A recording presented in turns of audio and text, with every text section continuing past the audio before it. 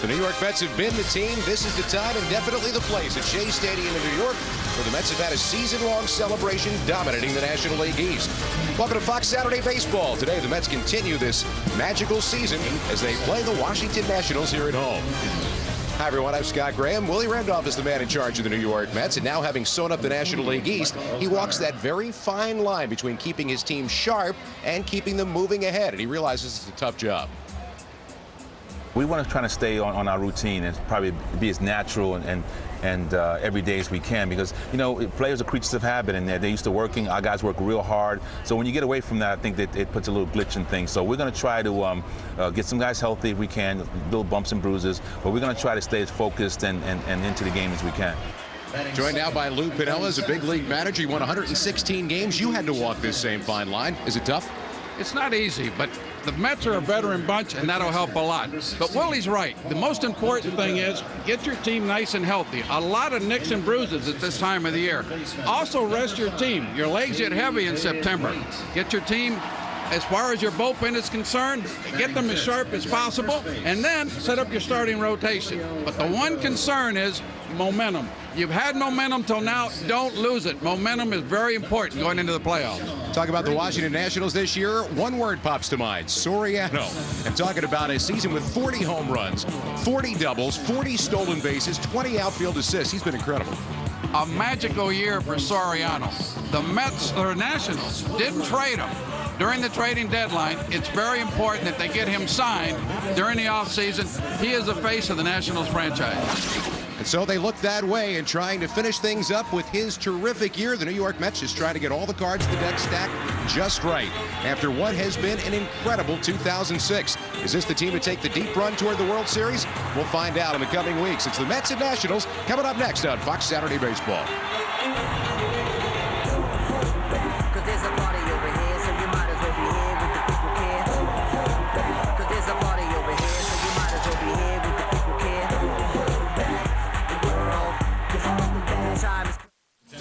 And here at Shea Stadium in Flushing, New York, the Mets and the New York Mets fans this year have been having a wonderful relationship. Try to continue it here at home today. We'll take a look at the Washington Nationals starting lineup. Brought to you by Taco Bell. And it's a little bit different here today. Ryan Zimmerman, who leads Major League Rookies with 100 runs batted in, moves down to the 4 spot. Alfonso Soriano has been leading off, has moved down to the 3 spot. Frank Robinson sees him at 93 runs batted in. He's trying to give him a chance for 100 on the year.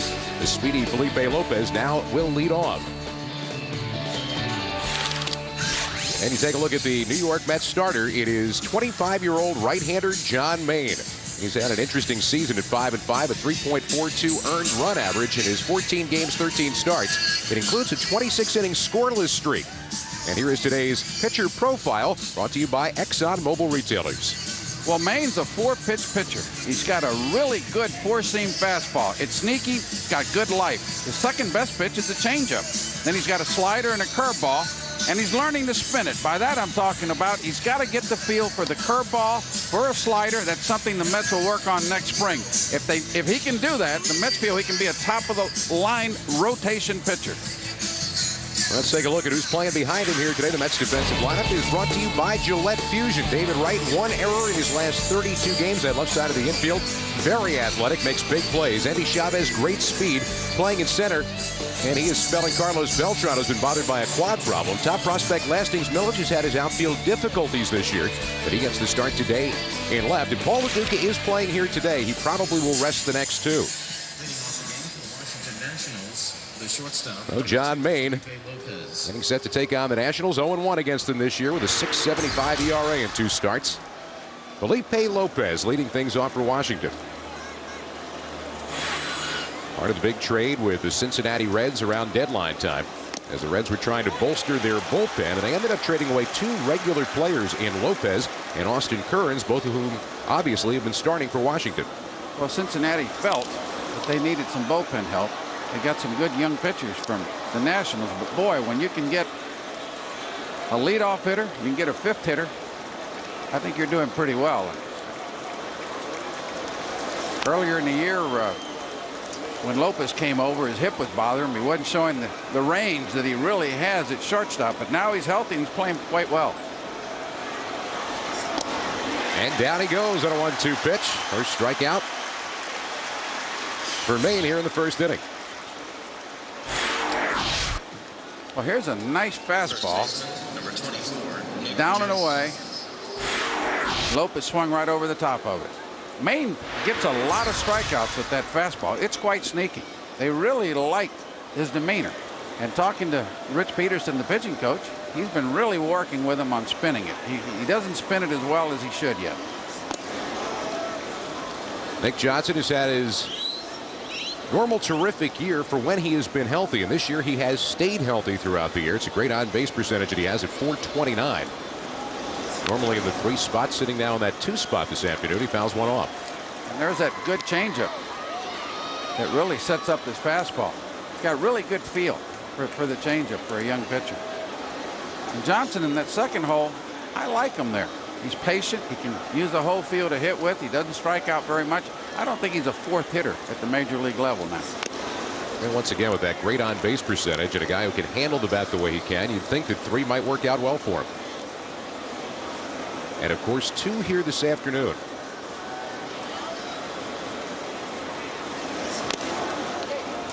And he's worked ahead of the count now. 3 balls and 1 strike. Nephew of Larry Boa. You know him, right? I sure do. Doing a great job over with the Yankees as a third base coach. Well, he will be seeing postseason this year. And so will these New York Mets. A lot of people talking about a Subway Series here in New York. Great command of the pitch on the outside corner. And he gets him looking. Well, people are very excited. Here you see a nice fastball with some life on the outside part of the plate. Got Nick Johnson looking. So now it is Soriano. A season for the ages, unlike any that anybody has ever seen before. You know, you look at Soriano and you don't think, well, he can't handle the breaking ball too well. But when it's a strike breaking ball, he hits it exceedingly well. That one there was a good one. Caught him by surprise. To get Soriano out, you got to give him the illusion the strike he'll chase from time to time. But I'll tell you what a live bat for this young man. And Maine, to the foul one off. Still 0-2 to Soriano. The ball literally jumps off his bat. It's got a great sound to it when he hits it. Well, it is a big, heavy bat that he carries. And he is now part of a very, very exclusive Major League Baseball club. He's starting a club of his own, but the 40-40 club that includes A-Rod, Barry Bonds, and Jose Canseco. A pretty elite group, to say the least. Now he's added 40 doubles to go with it and 20 outfield assists. 1 ball and 2 strikes to count to Soriano. You know, and earlier in the year in spring training, he wasn't very comfortable with that move. He balked at it. Really worked out well for him. First inning worked out pretty well for John Maine as he strikes out the side here in the top half of the first. Mets coming up in the bottom 1. Bottom half of the first inning in a scoreless game here at Shea. We'll take a look at the Mets starting lineup. It's brought to you by Taco Bell, and it's a lineup that has produced a lot of runs this year. A little bit different today. Jose Reyes, though, has already set the Mets record for a shortstop with 19 home runs. He's got LoDuca in the 3 spot behind him today. Both Carlos Beltran and Carlos Delgado sitting here today. Julio Franco, the ageless wonder in the lineup. And Lasting Millage batting down in the 7 spot for New York. They will go to work against left-hander Michael O'Connor. And O'Connor coming in with a 3-7 record, a 4.72 earned run average on the season. Last year's Nationals Minor League Pitcher of the Year. And here's our pitcher profile brought to you by Exxon and Mobile Retailers. Well, O'Connor, he's a 3-pitch pitcher. He's got a 2-seam fastball, a changeup, and a curveball. He likes to sink his fastball, and he needs to pitch in reverse. By that, I mean in fastball counts, he needs to be able to get his off-speed pitches. He's not overpowering, so he's got to pitch in reverse.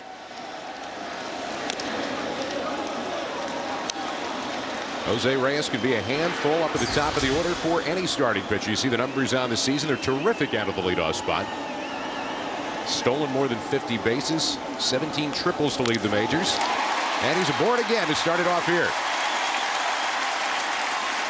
Let's take a look at the Nationals' defensive lineup. That's brought to you by Gillette Fusion.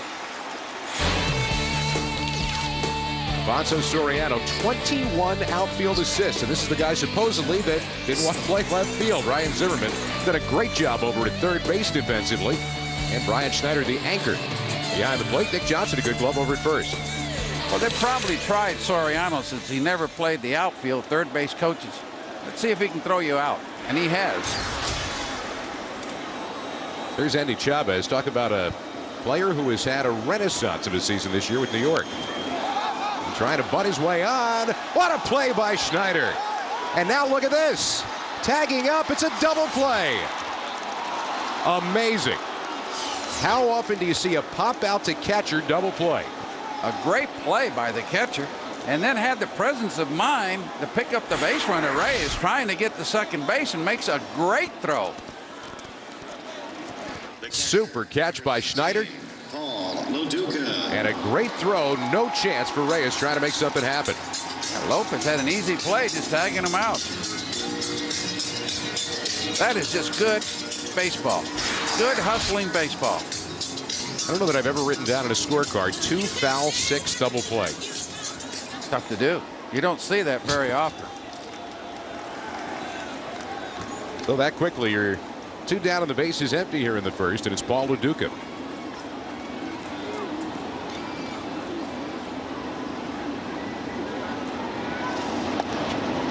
LoDuca's been getting some time in bits and pieces here toward the end of the season. He is nursing what has been a chronically sore thumb on his left hand.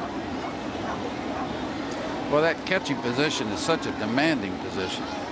And if you're going to be able to rest a few players, certainly your catcher is one of them that you'd like to get out of there and get him nice and strong. LoDuca usually hits second in this lineup. He's more suited for that spot. But with Bertrand not playing today, Willie's got him in the 3-hole against the left-hander O'Connor. He'll get his swings here today. Very likely will get tomorrow and possibly Monday as well off.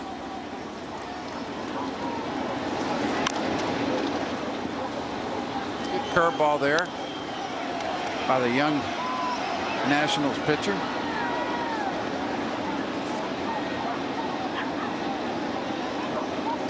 Talking to Randy St. Clair before the ball game. By the way, he's not here. He's got chills and some fever, so he went home early. LoDuca the other way. That's his strength, and he's going to find open spaces, and in this case a 2-base hit. It's a shame that Reyes got thrown out at second. I would have enjoyed watching him. Oh, he would have been off to the races. bases. LoDuca so adept at going the other way with the pitch. Yeah, especially with 2 strikes. His natural swing is staying inside the ball, and it's quite easy for him to go the other way with the ball. Here's another young man that with 2 strikes likes to go the other way. And he can do it with power as well. Although the power numbers have been down in the second half for David Wright. 307 with 24 home runs and 110 runs batted in. Well, these Mets with Reyes at shortstop and Wright at third base, that side of the infield is pretty well covered for quite a few years. Well, they're going to be together at least for 4 more years. Pitch for a strike to Wright because Reyes signed a 4-year contract extension through 2009, and David Wright a 6-year contract extension through 2012. See the drop off in numbers though in terms of the second half for Wright. Yeah, at one time they were talking about Wright as a possible MVP player in the National League. In this case, he rolls out, and that will do it. The bizarre double play breaks up the inning for New York as we go to the second. Fox Saturday Baseball is sponsored by your Exxon and Mobil retailers. We're drivers too. By the Taco Bell Big Bell Value Menu. Think outside the bun. By new Gillette Fusion, the best shave ever in manual and battery powered. And by Chevy, baseball's #1 fan, Chevy, an American revolution.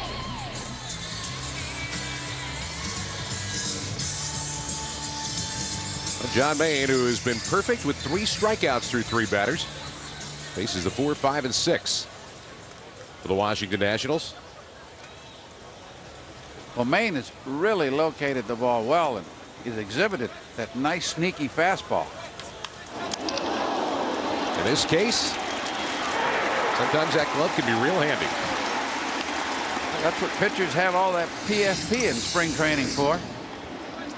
So important for a pitcher to be able to field his position. Number 28, Austin Kearns. Right now, you see the comebacker in pretty good shape. Knocked it down. Easy toss to first base. Sometimes it's all about self-defense. That's what that play was. Here's Austin Kearns now with 1 down. And strike 1 to him. Kearns is a player in his years in Cincinnati after being a #1 pick. Tremendous power potential. Never was able to stay healthy for a season. That was the biggest problem that he had at Cincinnati. Yeah, he's had his share of injuries. He's putting up pretty good numbers here. 24 home runs, 85 RBIs.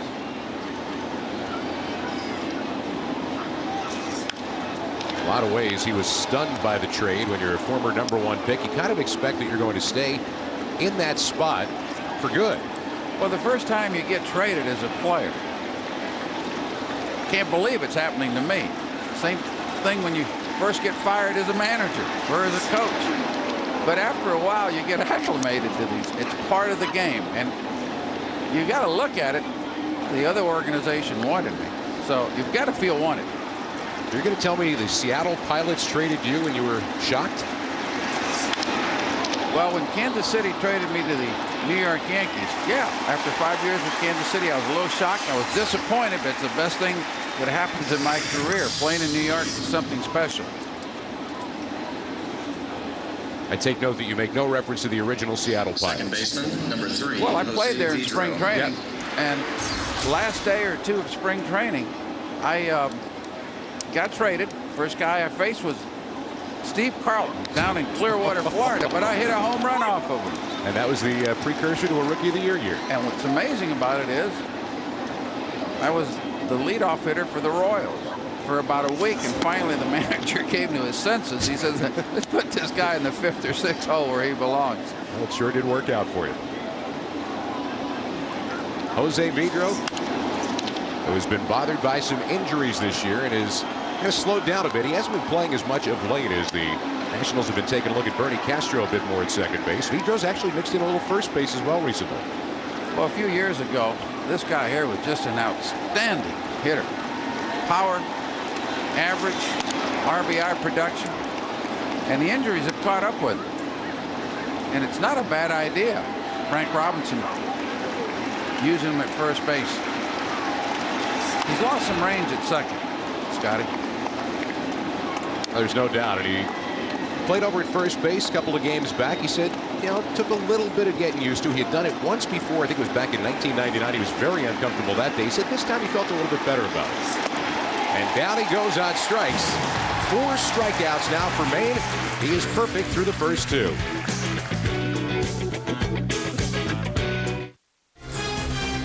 Fox Saturday Baseball is sponsored by Budweiser. Bright, crisp, clean, pure. This is Budweiser. This is beer.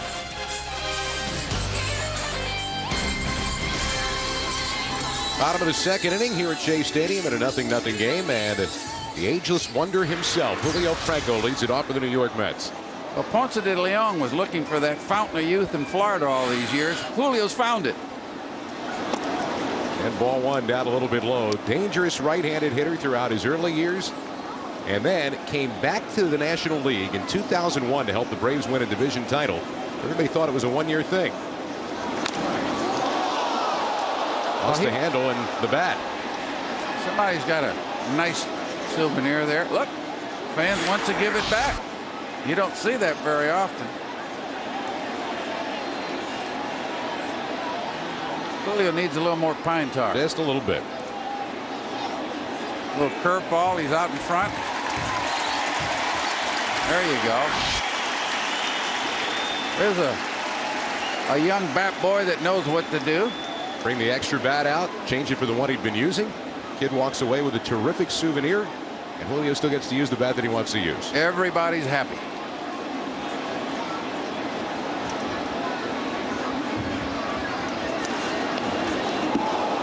Got her well short on that 1-1 pitch. Put a little pine tar on that baseball. Held on to it too long. Here are the career numbers for Julio Franco in 22 years in the big leagues. It's 1,171 runs batted in, and the definition of a 300 hitter. 299. I remember when he came up as a young Philly. Has about the same batting stance. Hasn't changed that at all. Usually you see players make changes during the years. Julio's kept it.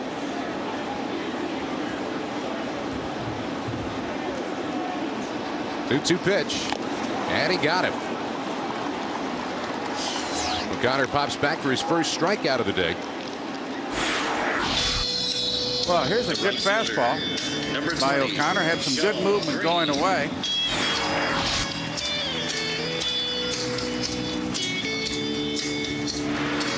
Well, here now is Sean Green. Came over in a effort for the Mets to help bolster an outfield which had been bothered by some injuries. They got a guy who's had a lot of experience, had a big bat over his career. And in this case, a little pop-up. And an easy play for Ryan Zimmerman.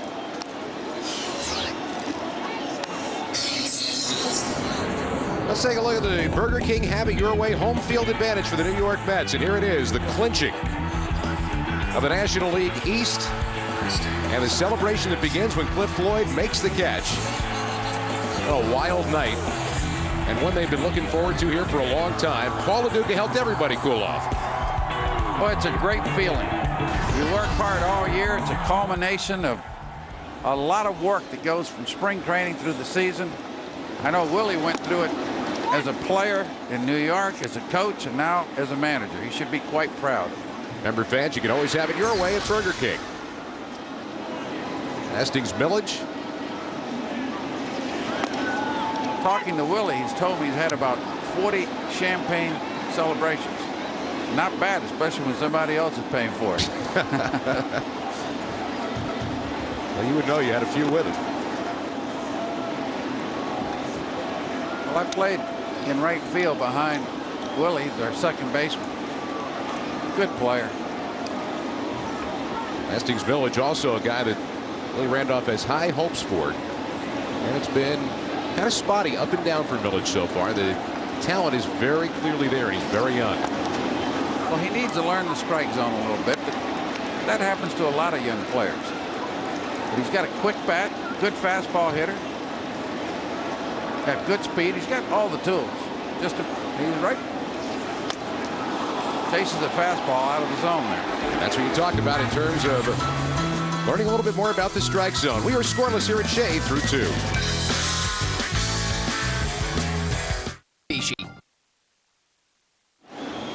Head to the third in a 0-0 game here at Shea.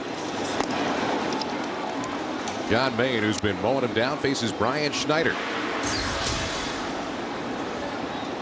home runs, 51 RBIs for Schneider.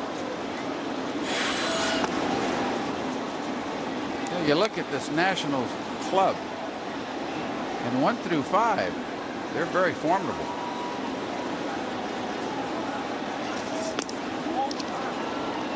Got some young players to build with. Lopez at shortstop, Zimmerman at third base, Johnson, Kearns, Schneider the catcher. This lineup, Frank Robinson has been able to trot out for a good part of the year here. As Schneider draws the walk, he'll be the first base runner for Washington here in the third. Difficulty the Nationals have had has been pitching. The center fielder, number 7. Last year they had a top of the rotation that included John Patterson and Levon Hernandez. Patterson's been hurt. Hernandez was not effective, traded away. The bullpen has been a problem. And defensively, they haven't caught the ball as well. I think they are last in the National League in fielding. They are. With Logan, a swing and a miss at strike 1. Yeah, when your ERA is 5.02 as a team and you're last in fielding, it doesn't help your pitching out very much. So what they're looking to accomplish over the winter is to shore up their defense and get some pitching in there. And you're right. Getting a couple of those young, healthy arms back will really be helpful. This kid Logan can really go get him in center field. Good speed, part of what the Nationals have been banking on of late. That fly ball going to be corralled by Milledge. Now time now for our Capital One trivia question. Who's the last player to lead the National League in steals in consecutive seasons? Number 48, Michael O'Connor. We'll be back with the answer in a bit.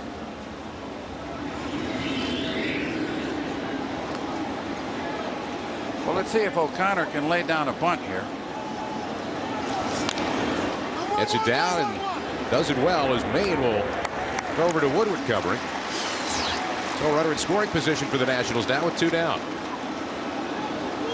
Boy, I've seen a lot of National League games this year, and I've seen some poor bunting at times. It's been amazing. This is a textbook bunt. Yeah, he lays his ball just perfectly. Maine has no choice but to go to first base.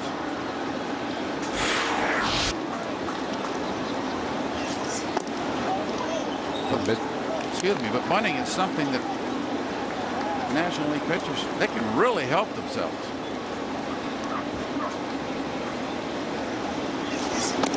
How much work does something like that get in spring training? You should get a lot of work. You've got the batting cages, you've got your own instructor there, and then before the ball game.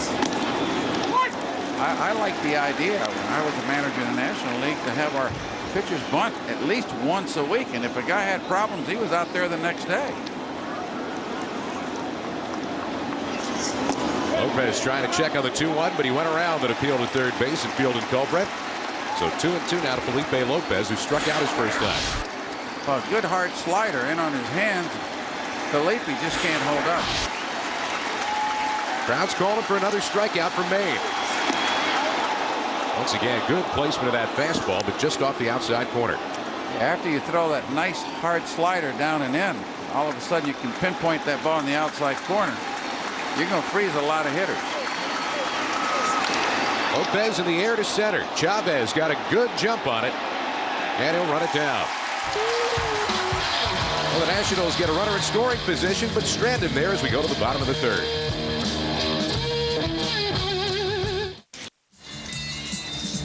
Chris Woodward will lead it off for New York here in the bottom half of the third inning at a 0-0 game.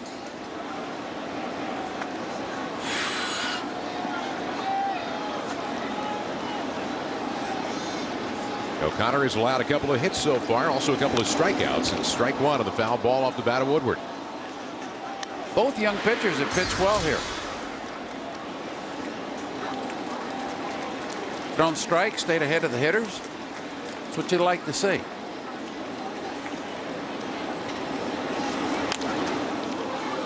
And fouled off again for strike 2.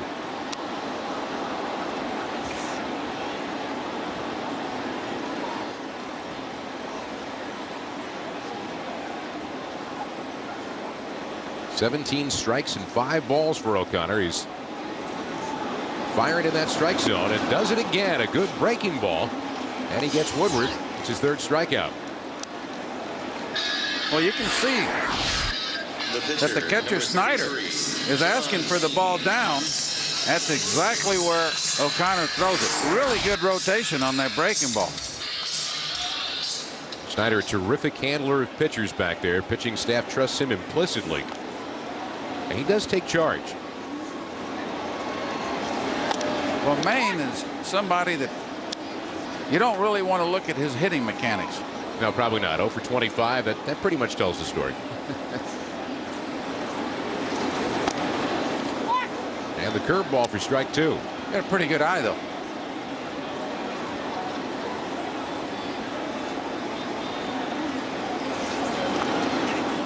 And Maine goes down on strikes, did not make contact. So it's 2 down. Time now for the answer to our Capital One trivia question. And our question, remember, who's the last player to lead the National League in steals in consecutive seasons? How about Tony Womack? Did it 3 years in a row, 97, 1998, and 1999. Must have been with the Diamondbacks. Tony Womack started out his career with the Pittsburgh Pirates, onto the Diamondbacks.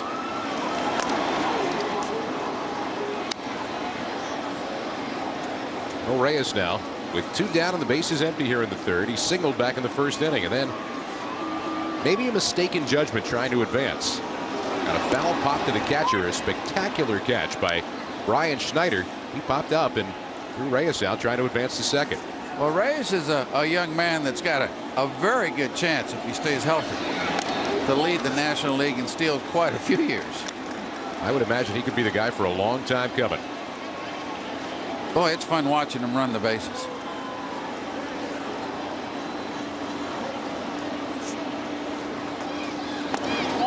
He might very well be the fastest time from home to first that you're going to see in baseball.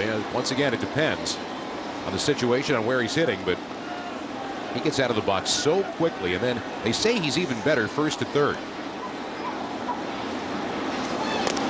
Watching him run makes my leg hurt. Well, he's going to get an opportunity here with 2 outs. He would be a threat to run.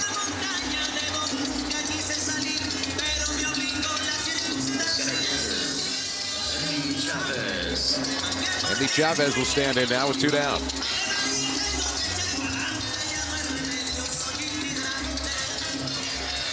Chavez is a nice extra outfielder at the big league level. He can play all 3 outfield positions. He puts the ball in play.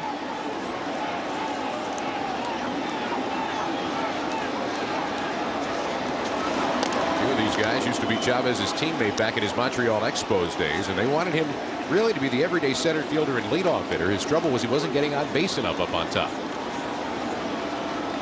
He's gotten a little better with experience.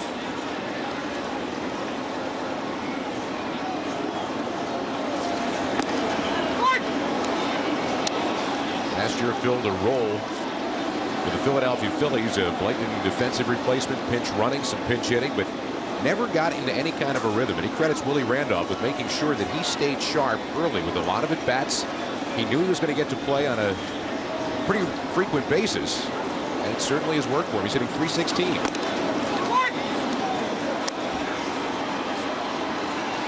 Well, when a manager has confidence in you and he gives you some at-bats, like you alluded to, you can stay sharp, gain some confidence, and all of a sudden you get yourself in a pretty good situation.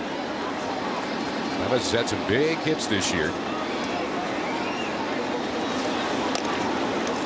2 balls and 2 strikes. The better you do, the more the manager's going to put you in the lineup. Reyes hasn't given any indication he wants to run. 2-2. It rained before the ball game, and the infield's a little wet. There he goes. And Chavez in the air and playable for Ryan Zimmerman. And that will do it for this bottom of the 3rd. It's all about pitching through the first 3 here in New York. Fox Saturday Baseball is sponsored by Burger King. It reminds you to have it your way. By WebMD, better information, better health.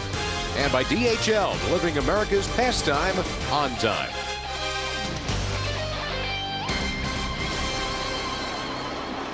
Great day here at Shea Stadium. There was heavy rain a little bit earlier this morning, but right now playing in dry conditions as we go to the 4th inning. Nick Johnson struck out his first time.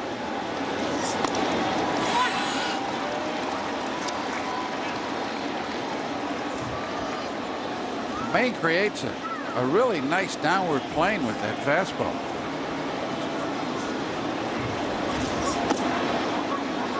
Got the good changeup to go with it.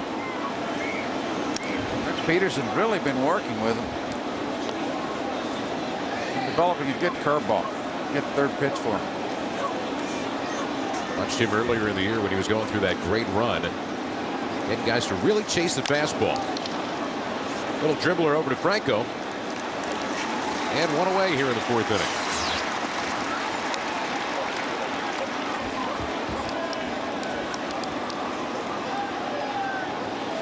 The left fielder, Alfonso Soriano. Alfonso Soriano once again.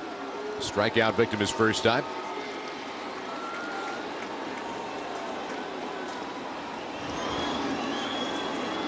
A lot of speculation about Soriano's future. As you would expect, he brought it up during our open that he was not traded at deadline time, and the Nationals really would like to keep him around for a long time. I think they're going to make him a really nice offer here over the winter. Get him signed if they can for 4 or 5 years.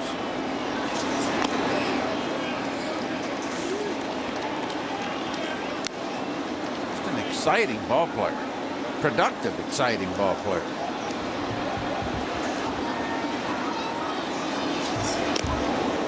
Questions about what kind of contract offer he would receive, when he would receive it. It was asked if he'd become a free agent. He said he didn't know. If he didn't have an offer by then, he would. But the first team he'd listen to would be Washington.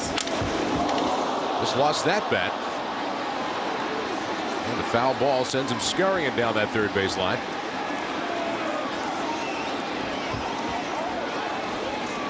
Seen a lot of broken bats this summer.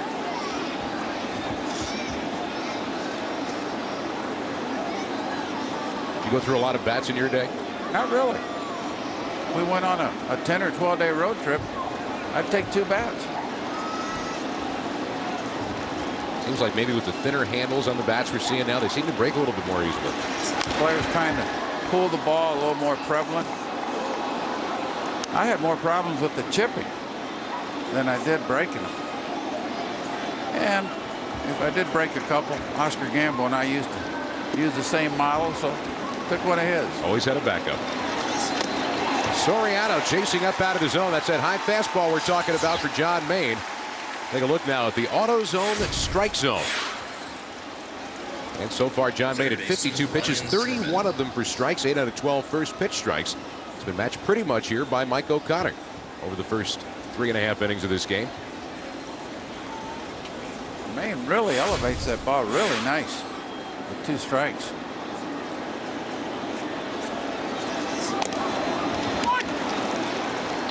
And strike 1 to Ryan Zimmerman.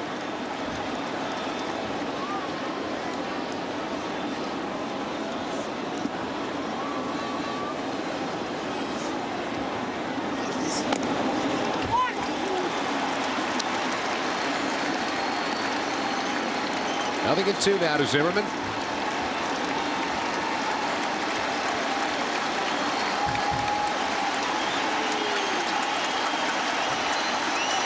And couldn't get him to chase the breaking ball.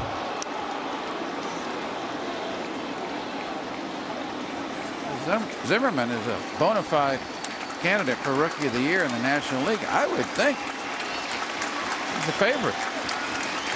He is right there with a grouping of players from the Florida Marlins. And shows good patience again, won't chase away.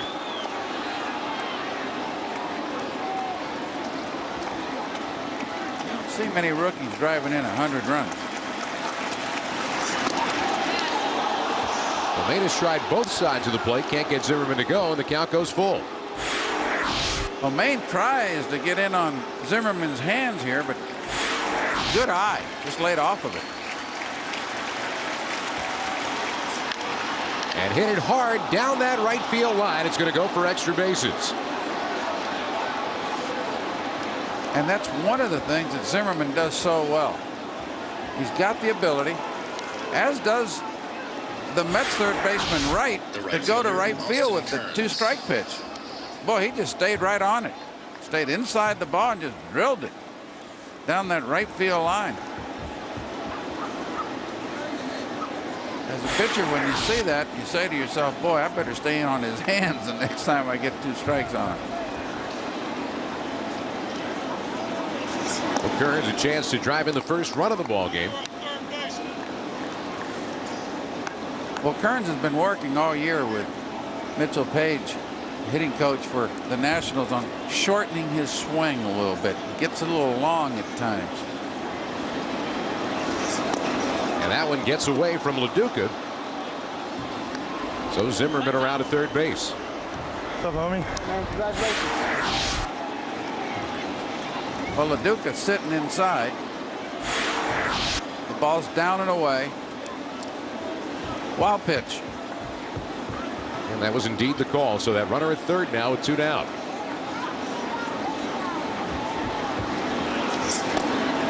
I'm going to guess as a hitter 2-0 in that spot, you weren't necessarily expecting to see a slider. Yeah, especially with Maine's best pitch being his fastball. And it is a good slider, too. The illusion of the strike is what makes. That was off the hand of Austin Kearns, and he's hit by the pitch. Willie Randolph disagrees, and he's going to argue. Well, it was a late call.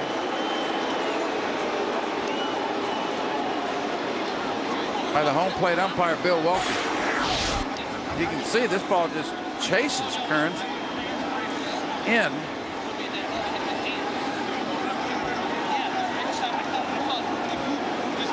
Oh, might have caught more knob than anything else. I think it was the backhand. The right hand was the one he was shaking, and it's like Willie Randolph is at least partially satisfied with the explanation. See it right on the back of that right hand. It hits him right in the back of the hand. So first and third now with 2 down. And an opportunity for Jose Vidro.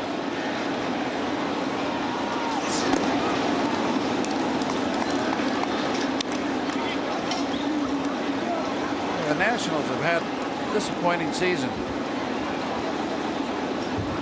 Won and loss wise. There've been a lot of positives also for this ball club. It's a team that's building for the future, obviously. Not the least of which is they're finding out in bits and pieces who their regulars are going to be at just about every position going into next year. Pretty set lineup.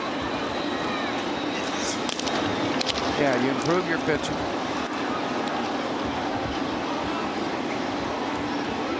Winning a lot more ball games.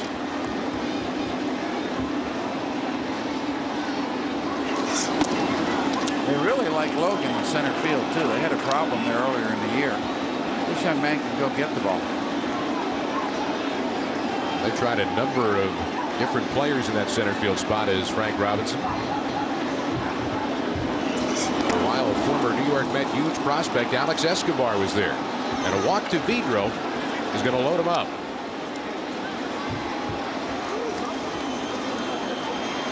The catcher, Brian Schneider. Bases loaded, 2 down here in the 4th inning. Rick Peterson is going to come out now, and he's going to talk things over with John Maine, who's had to throw 25 pitches here this inning. Boy, talking about Peterson. Really done a nice job here as a Mets pitching coach. When I was over in Seattle, he did a similar good job with the Oakland pitching staff. Hard worker. Got some good ideas. Schneider walked his first time. But RBIs are sitting out there for him here with 2 down.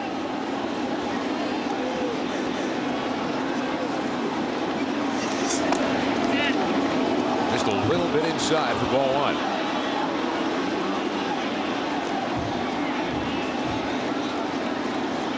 Two career grand slams for Brian Schneider.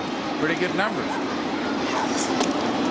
With the bases loaded. And ahead of the count here, 2-0. Well, Maine was just coasting along, and all of a sudden he's lost his command.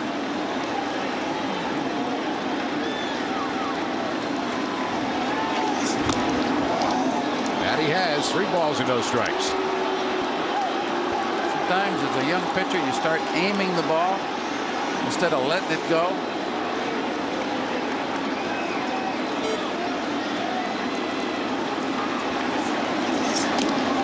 And he walked Schneider to force in a run.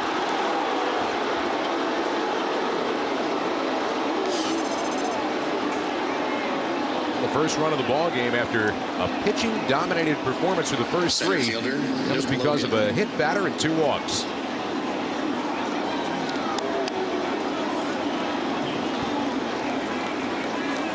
And another opportunity now for Logan, who flied out his first time up. Reminds me a little bit, Logan does, of Upton with the double raise. saying a lot. John Maine has really struggled this inning as opposed to the first three, and all you got to look at is the pitch count to see how.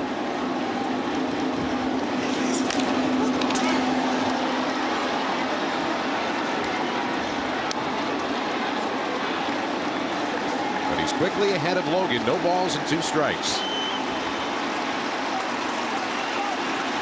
Pitch counts being so important. Young pitchers. And that'll just puff up the pitch count a little bit more. But only 6 of the last 20 pitches thrown by Maine have been strikes. It's a big game for him. He is trying to solidify a spot, perhaps in long relief in the bullpen for the postseason. If that's not where he's going to be used, then he would not be on the postseason roster.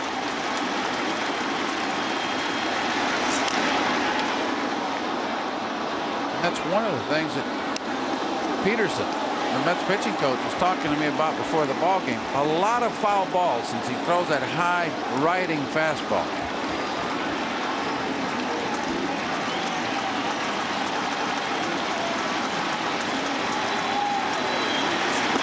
And just missing off the outside part of the plate. 1-2.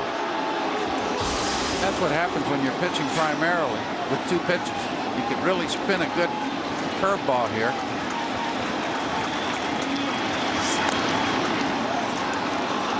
Instead, back to the fastball, and it's 2-2. Yeah, make it much more difficult for the hitter.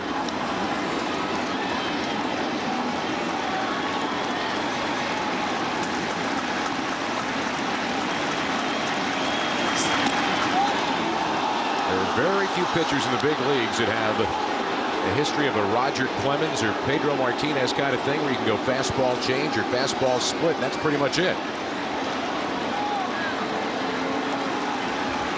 Back to the leadoff spot coming around. Still got the pitcher waiting on deck, and Logan continues to make Maine work. 37 pitches this inning now for Maine.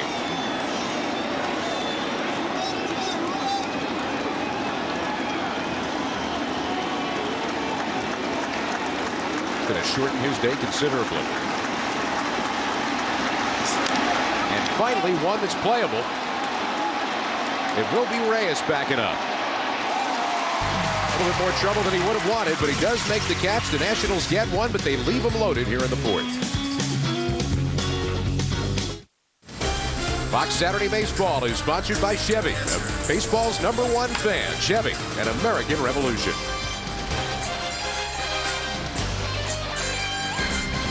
Well, the Nationals with a 1-0 lead as we head to the bottom half of the 4th inning here at Shea. And Paul LoDuca to lead things off. Well, I would imagine it's a lot of fun playing in your hometown. LoDuca's where, from Brooklyn? You got to imagine this has been a dream of his for quite some time.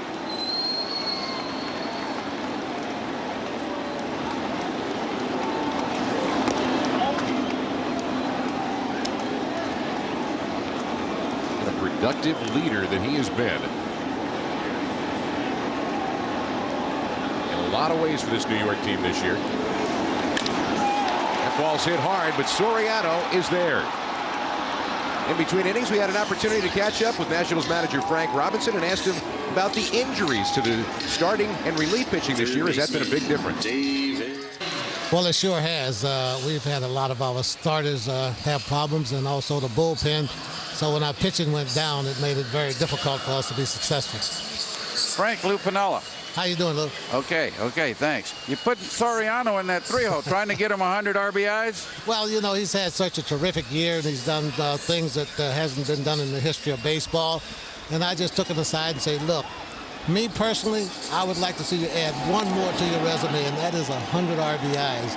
And that would look very nice on your resume across the board today. And he said, okay, if that's what you want me to do. All right, thanks, Frank. Okay, you're welcome. Well, Soriano, after that wild start to spring training, would he play left field? Was he not going to play? Were they going to suspend him? It's turned into a very productive year and a very happy year for him in Washington. It really has. I'll tell you, See the nice jump he got on LoDuca's ball last inning? I mean, he really made that look easy. Tough play going to the line.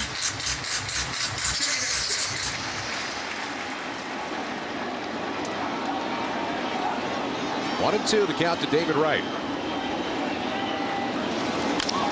And in the air to right field.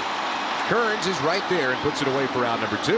Right now, here's Ginny Zalesko with a game break. And as my partner Kevin Kennedy says, you know things are going your way when this happens. Check swing by Carlos Ruiz.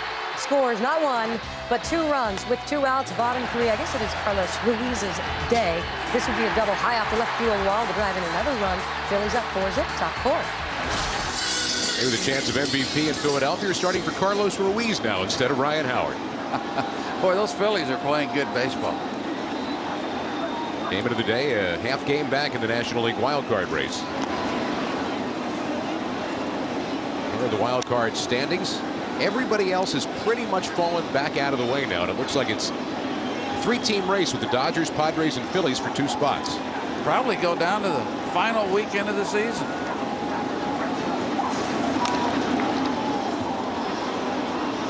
Boy, whoever thought of the wild card, I know a lot of purists in baseball didn't like it. Boy, it's done wonders for the sport. And in the National League specifically, wild card teams have had a say. They've had more than a say. Last year it was the Houston Astros running the table to make it to the World Series before the White Sox eliminated them the year before. And that lends credence to what we were talking about, Willie Randolph's predicament. You've got to have momentum. And usually these wild card teams are playing to the final weekend, and they're sharp when they go in. There's really no way that a team that's already wrapped things up a couple of weeks in advance can feel that same heat going into that last weekend. Boy, they're good tighteners, aren't they? It is amazing. 3-2 to Franco with 2 down and the bases empty.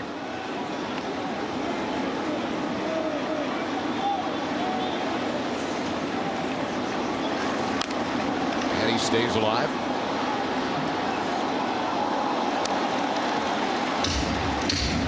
Franco has been a picture of good health over the course of his career. Takes unbelievable care of himself, an interesting eating regimen and workout regimen. A lot of 28-year-olds that don't have a body like that. Yeah, he's put together. And on the ground to the right side. So the easy play, and the Mets go down quietly here in the 4th. Congratulations.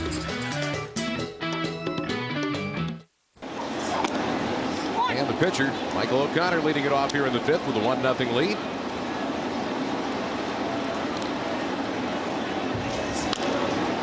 John Maine, who had kind of mowed them down early. O'Connor put down the perfect sacrifice bunt his first time up.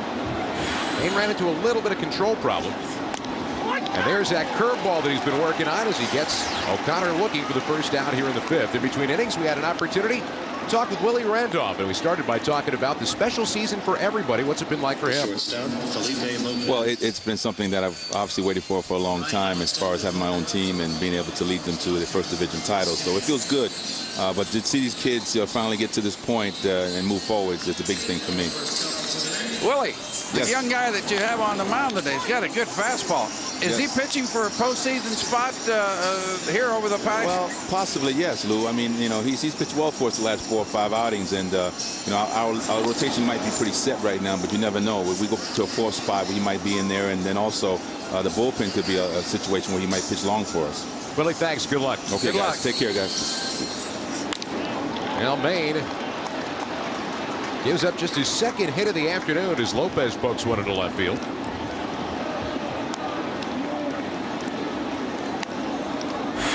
First baseman Nick Oh, here's a Johnson. fastball out over the plate. Lopez just goes with it. Lines it to left field. Boy, I'm really happy for Willie Randolph, though. He's done a great job here, and Really has. he has managed everything that's come his way. And you know that being in New York, I mean, you've been here in New York over the course of your career. It's not the easiest place to do your job and the type of job that he's doing. media, the attention, the fans. It demands on your time every day. No question. I know a lot of managers in the National League have done good jobs this year, but my vote for Manager of the Year goes to Willie Randolph. Omar Minaya is happy to hear that. The Mets general manager who is he hired Willie. Exactly. Under the manager that he hired. Omar is a young talent executive. Got a good feel for putting a team together.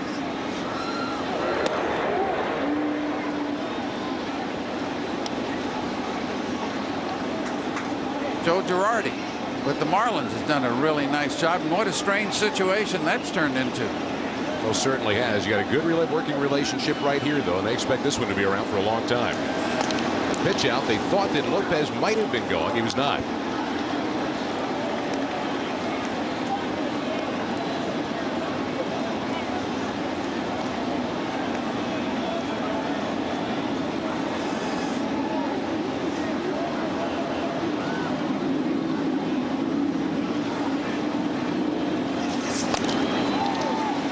Big swing and a miss for Nick Johnson. Oh, with that first base hole open, Johnson could be sitting on a fastball here, pulling it to right field. Also why a potential base stealer like Lopez is not going here. Keep that hole open. Now he goes on 2-1, and LoDuca's throw just off line. He sneaks in under the tag. Frank Robinson has been happy that this team is showing more speed and running more. He said that's one of the reasons they've had a little bit more offensive success. Well, Lopez doesn't really get a particularly good jump, but the throw from LoDuca, not all that strong. His thumb has been bothering him, and you can see after he throws the ball to the second base that he's shaking his thumb a little bit. Well, 3-2 now to Johnson with an RBI sitting out there with one down here in the fifth.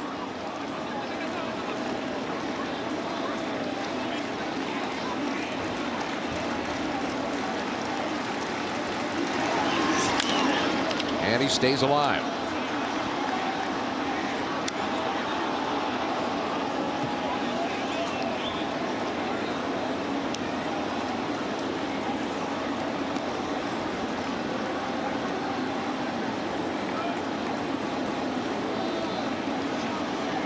Maine better than 90 pitches now. And misses low. There's that good eye from Nick Johnson as he draws the walk to put two men on.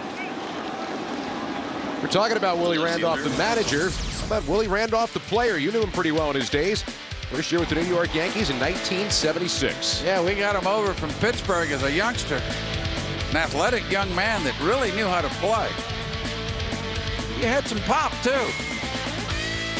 Just a good, solid major league player. Turned into a heck of a coach and now a manager. 18 major league seasons, 13 with the Yankees, 11 years as a Yankees coach. And now the man in charge in the other borough. And, of course, a teammate of yours for a long time.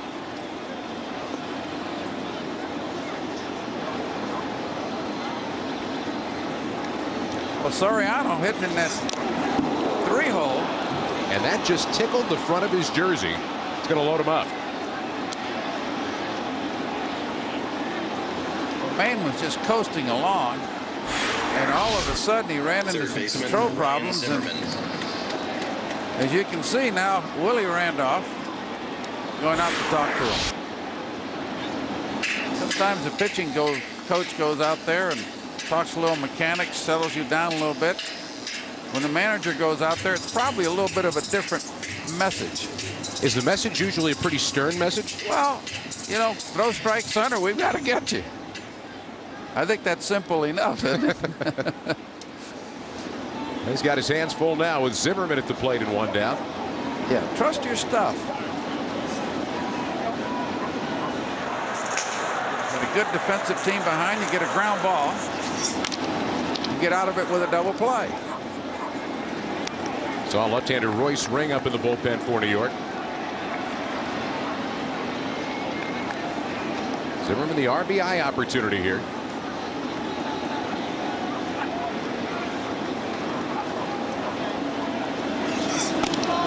to check, but he went around.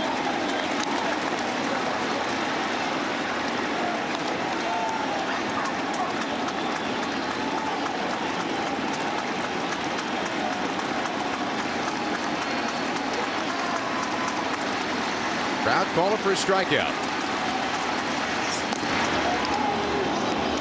Just a little high and wide. The absence of that good breaking ball shows it makes a pitcher like Maine throw a lot more pitches.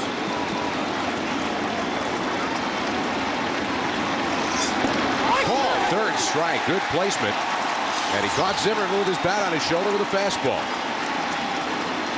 He's just tied his career high in strikeouts, and that's 2 down. That's a good, hard, overpowering The right fastball. fielder, Austin Kearns. Zimmerman, last time up, remember, lined that ball to right field. This time the pitcher came in on his hands with 2 strikes. He was looking away. It came back in. So Kearns will try to pick him up here with the bases loaded and 2 down. And strike 1 to Austin Kearns. Well, Maine's been very consistent. 92, 93 mile an hour fastball.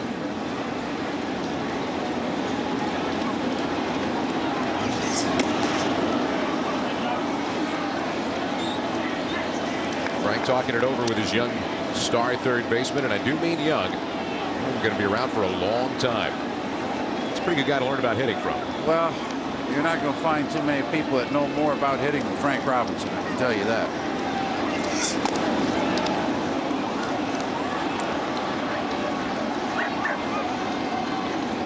2-1 to Austin Kearns. You're not going to find too many hitters in baseball that had a quicker swing inside than he did. It's something you can't really teach. And it's 3-1 now to Kearns.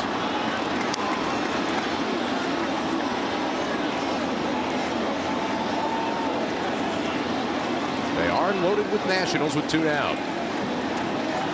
Well, you're going to get a fastball. Pop foul and out of play. He got one probably just a little bit out of the zone. That's where Maine likes to go up the ladder. You go too high, though, you run the risk of walking in yet another run, and that's probably the end of your day. A ball in the gap here. We can watch Soriano run. He can pick him up pretty good also. Kearns stays alive. A little dribbler in the batter's box.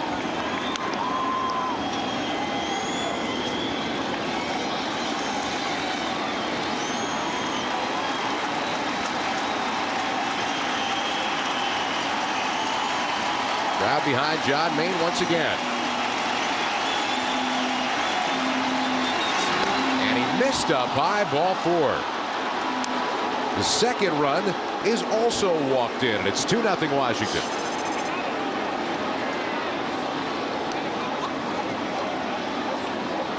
Second baseman, Jose Vidro.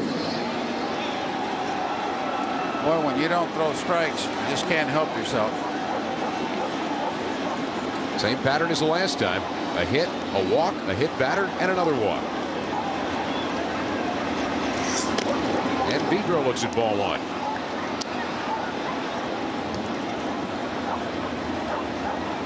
I'd imagine one more walk, and that might be it for young Mr. Maine. He's now at 108 pitches on the afternoon. Behind here, 2-0. And here is where, when a pitcher is struggling like this, as a hitter, you zone yourself in one particular area. And if it's not there, you take it.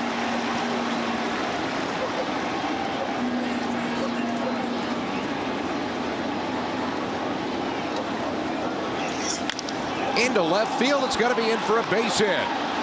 1 run scores. The second will come around. Did he cross? He did. The run crossed in time before the tag, and it will score. So the 2-run single as we end the top of the 5th makes it a 4-0 Nationals lead. Fox Saturday Baseball is sponsored by Travelocity.com. Book with Travelocity, you'll never roam alone. By Bank of America. Experience higher standards in checking only from Bank of America. and by the auto parts experts at AutoZone. Get in the zone, AutoZone. Big crowds all year long here at Shea. A new attendance record for the Mets, but they're down 4-0 at home here as we go to the bottom of the 5th inning. Over 3 million people here at Shea Stadium. Yankees drawing well over 3 million, almost 4. New York's a great sports town, especially when your teams are in first place. It certainly is. As we said, they are abuzz about the possibility of these two teams meeting once again like they did in 2000 in the World Series. It's not going to be that easy.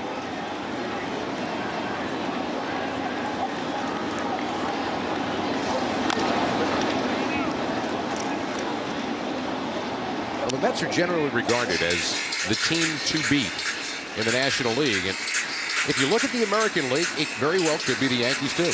Well, both teams should be favored going into postseason. No question about that.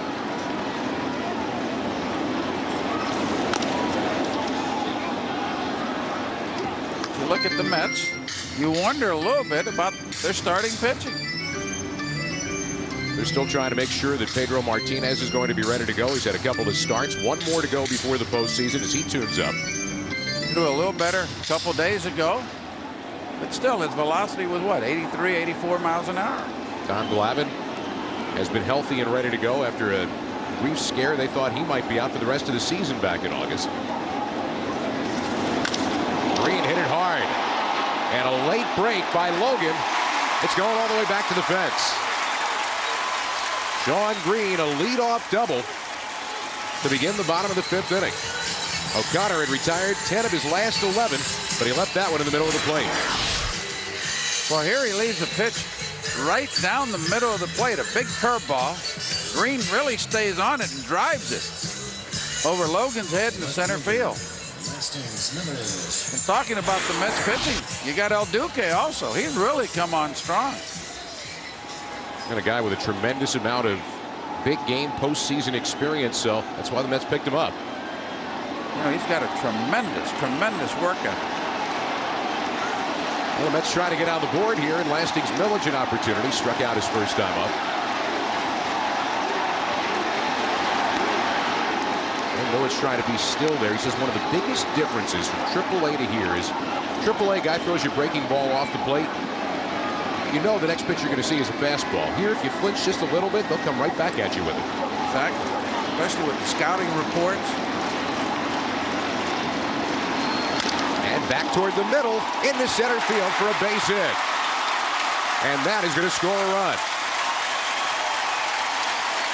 Oh, the Mets are on the board with a double and a single to start the 5th inning.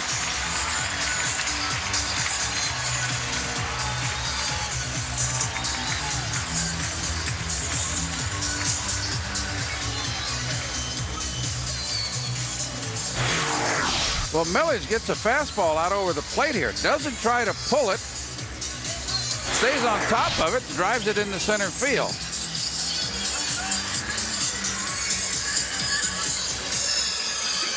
I'll take a look now as Frank goes out to talk to his starter at our Avidart in-game box score. And Lasting's Millage with the RBI after the double by Shawn Green. Reyes has been on twice here for the New York Mets.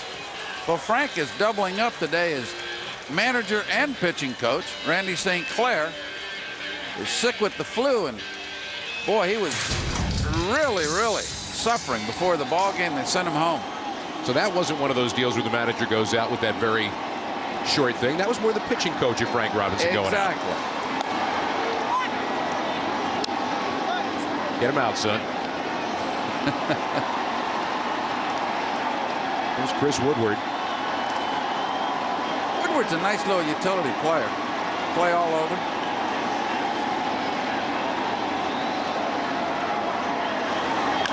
Hard hit ball, and it's a fair ball. Good call. Trying for the play at third, and Millage beats the throw. Second and third, nobody out.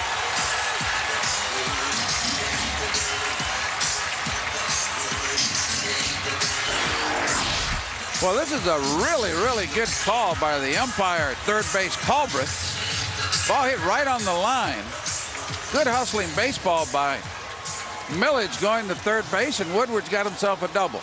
Your attention, please. Pinch hitting for the Mets. Good heads-up baseball. Aggressive slide.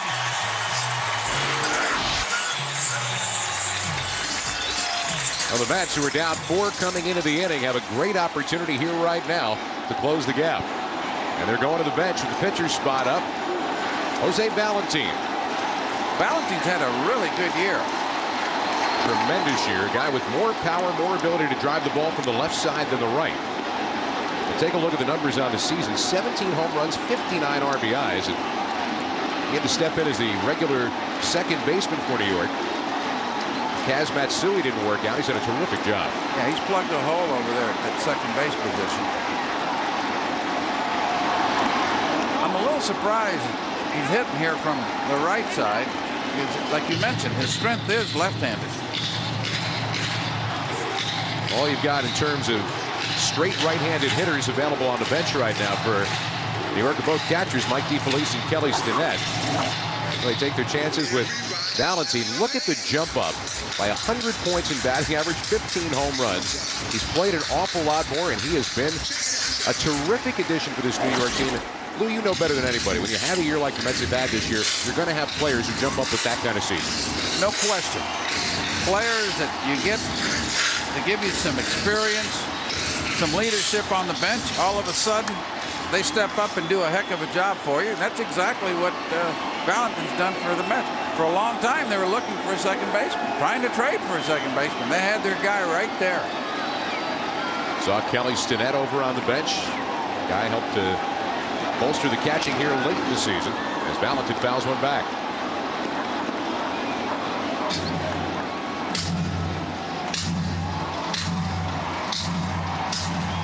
Jose Valentin, a great opportunity here right now.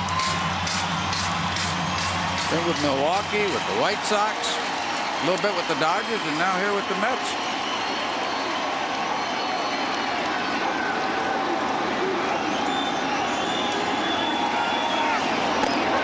Right along the inside corner for a called third strike. O'Connor showing the ability to cut inside with the fastball. Oh, this is a questionable pitch.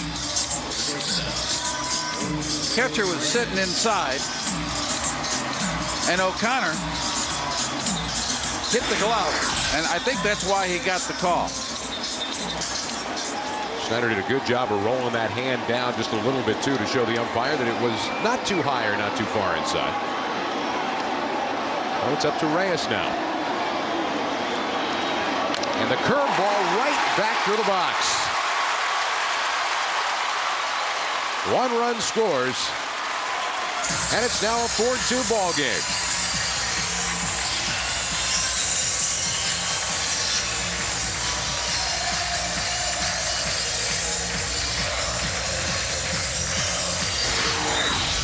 So this ball is hit right back up the middle. I'm a little surprised that Woodward didn't score on that ball.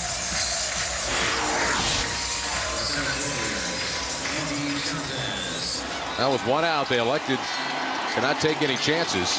Well, Maniac, to the third base coach, held him up.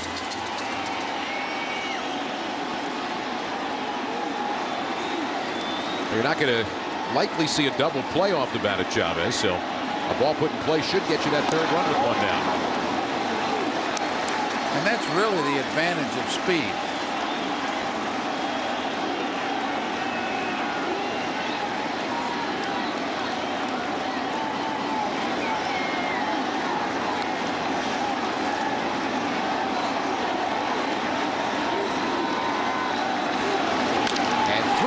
Side, a base hit for Chavez. Woodward scores, and it's a 3-run inning for New York.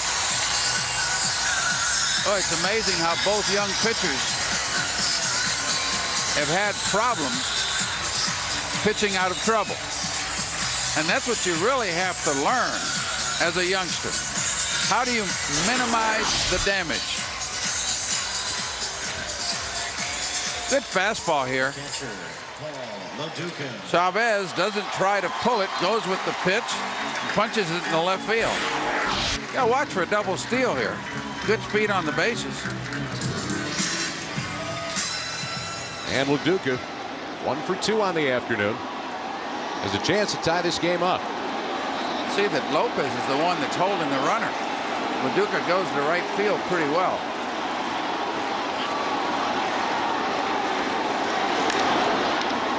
I told you about the number on O'Connor, who had retired 10 of 11 coming into the inning. Well, the Mets have 5 hits and 6 at bats here in the 5th. Well, that third time around.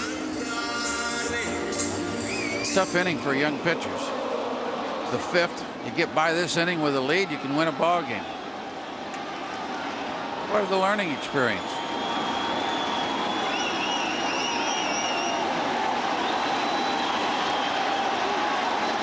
The 0-1 pitch. And a little pop-up in a shallow right. Kearns has it. And the runners have to return.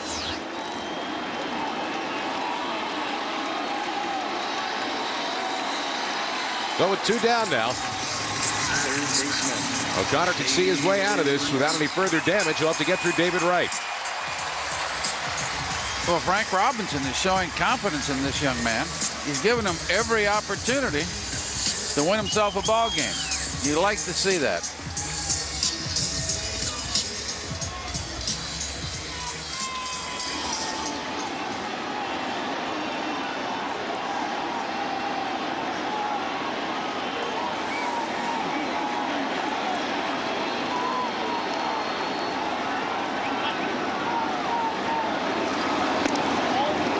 And ball 1, low and away. Tried to get ahead of the hitter Wright with a backdoor breaking ball that just missed down.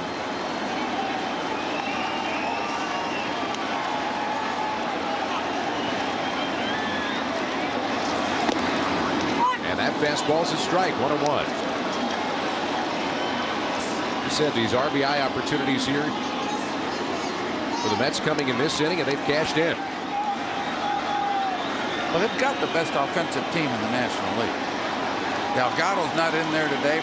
Tron's not in there today. There's your double steal, and they throw to the backside of it, and it's kicked free. That was a good choice by Schneider. He had no shot at third, but he did have the runner at second, but the ball could have been held on to. Really a nice play by the catcher Schneider. Makes a great throw to second base. Reyes had a great jump. They weren't going to throw him out. Chavez doesn't get a good jump at all.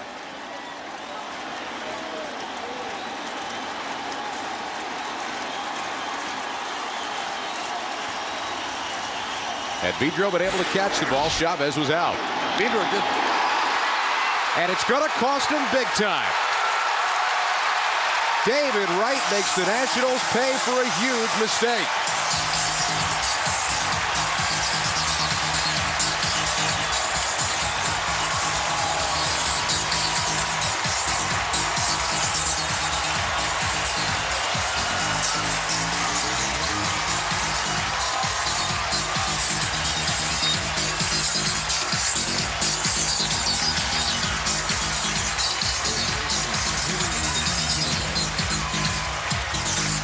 The end of the day turns out to be a very tough one for Michael O'Connor, who saw it all leak away. We got a pitching change here in New York.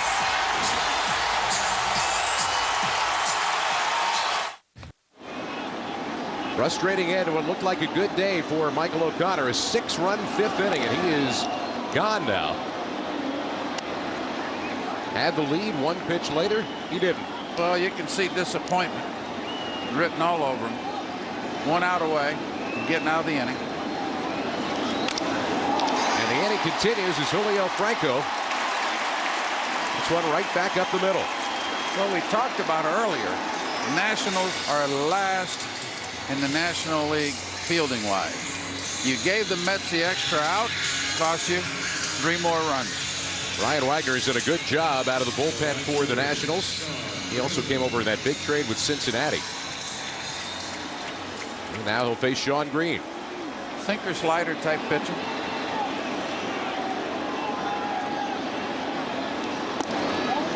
tries to keep the ball down. Another former top pick of the Reds who made a very quick beeline to the big leagues.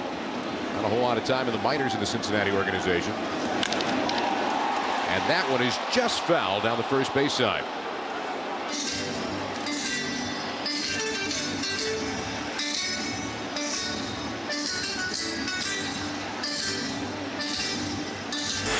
Well, Green gets a fastball here that he can pull and just misses down the first baseline.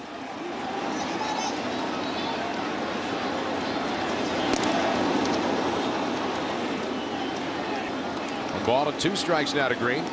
Franco bluffing over there. They're not holding him on. The funny part is he's stolen some bases this year. I've seen him steal a couple. The oldest guy ever to steal a base in the big leagues.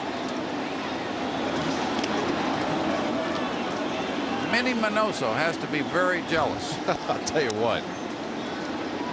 Franco says he wants to keep going. This isn't it. No swan song for him. He wants to keep playing. Signed a 2-year contract, didn't he? He means the end of his contract's not the end of it. Oh! Well, he wants to play into his 50s then. That's what he said. That's unbelievable.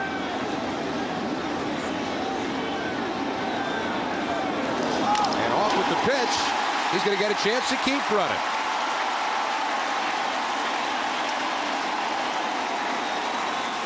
First and third, 2 down.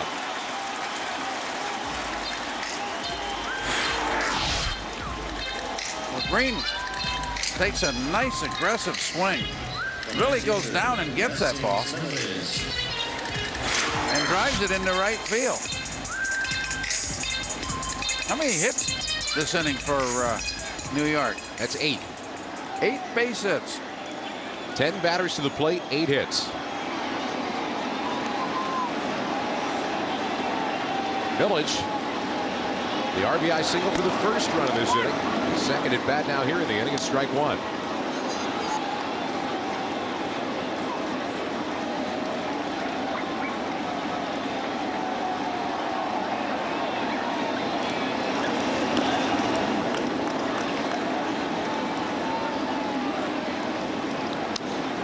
One ball and 1 strike.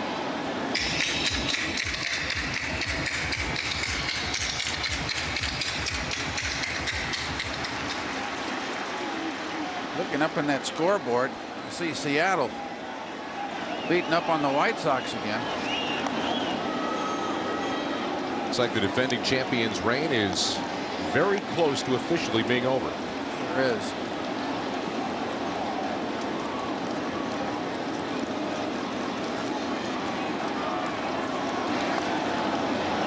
Good quick tag by Johnson, but not quite quick enough to get Sean Green. Boy, earlier in the season, I thought the White Sox had the best team in baseball. I know exactly what happened there, but their pitching really didn't do the job. Right sider just saved a run with a good backhand grab of that fastball down in the dirt.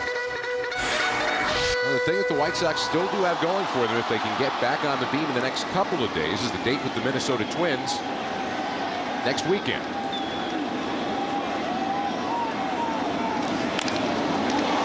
Five and a half. If you're not back within 3 by the time you get there, it doesn't matter. Yeah, if they lose today, it'll be their 70th loss of the season, which will put them 7 behind in the loss column with 8 to play. Or actually 7 to play.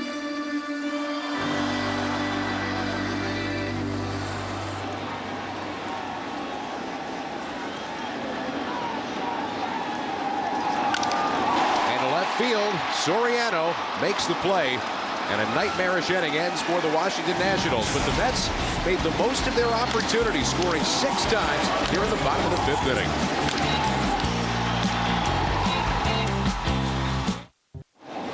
Mets got all 6 of their runs and 8 of their 10 hits last inning. We go to the 6th, and New York on top, and they give the ball to Royce Ring into his 8th game of the year. Standard facing Ryan Schneider and starts him with a strike here in the 6th. Primary recipient of that onslaught is a young pitcher, John Maine. He went from a youngster that was losing a ball game to pitcher that score stays the same, he becomes the winner. Those nice rare moments for a starting pitcher where everything just kind of turns for you. The Mets have been able to do that for their pitchers this year. A lot of big innings that they've put up.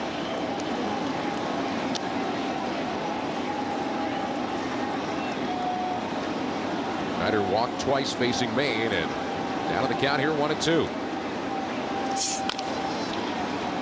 On the ground to Woodward, and one away. Pepsi, the official soft drink of MLB, proud to present this Pepsi Clutch Performance.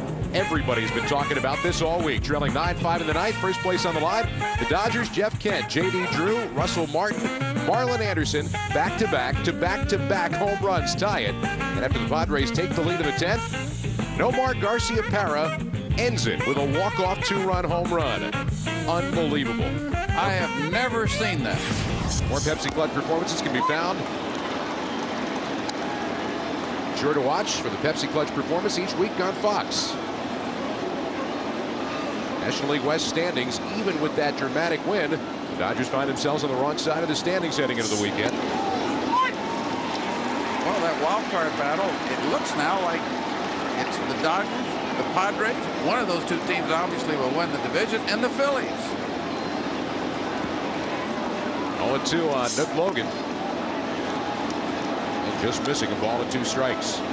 That's one of the darndest things, honestly, though, that you've ever seen. 4 home runs in a row to tie a game. 2 of them off Trevor Hoffman. Off Trevor Hoffman. And a line drive for Logan. Aboard with a hit. Trying for it all. Millage is thrown, not in time.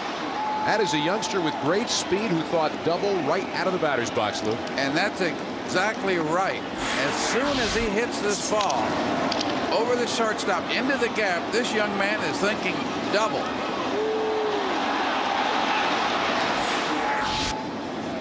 Never slowed up. Yeah, but the 4 home runs that you were talking about, that is unbelievable. Dodger Stadium at night, the ball doesn't carry that well either. Well, the funniest pictures of all was Dodger Stadium at night, where you're used to seeing taillights leaving. You were seeing headlights coming back in. People were coming back to the ballpark. Really excited. Henry Mateo in the on-deck circle. Now to bat for the pitcher's spot as the Nationals, Your attention, please. down by a couple of runs, try to grab one back. Nationals, number 4, Henry Mateo. Mateo just $150. Home run and a couple of RBIs. His contract purchased back on August 22nd from AAA New Orleans. In the bullpen now, Chris Schroeder for Washington.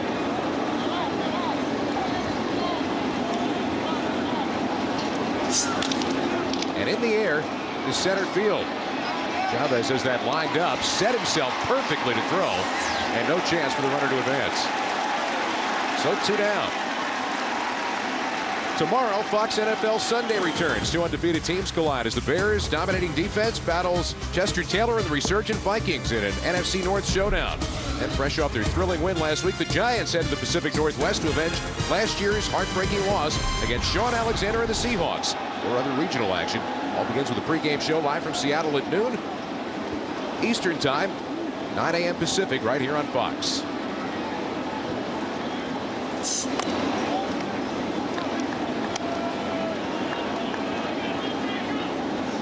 Two down. Lopez trying to get the Nationals 1 closer here. He's 1 for 3.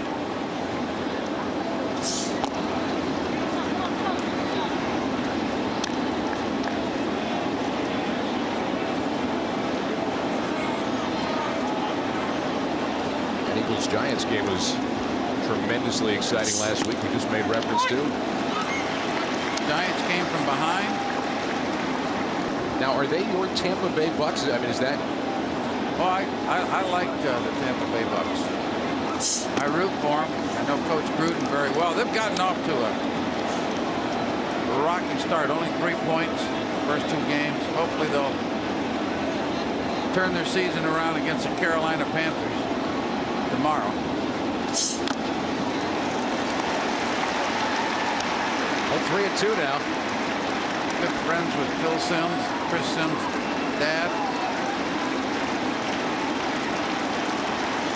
It's been a rough start for them, but One of those two teams is going to be 0-3. And on the ground, Ring makes the play. Wide throw, but Franco held the bag. So the Nationals strand a runner in scoring position in the 6th.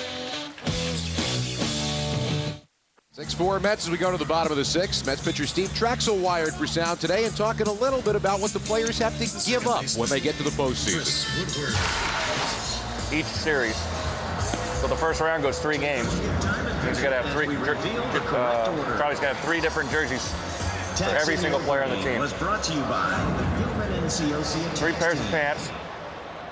Fans in 2006. They want your chair from your locker after every series, your nameplate from the top of your locker. Mets do, and they sell it upstairs. Oh, your stuff. 18 game use balls per game. Jacket. 2 bats per player. Game use bats. Hard enough getting a guy to give up 1 bat. I don't know how they're going to get guys to give up 2.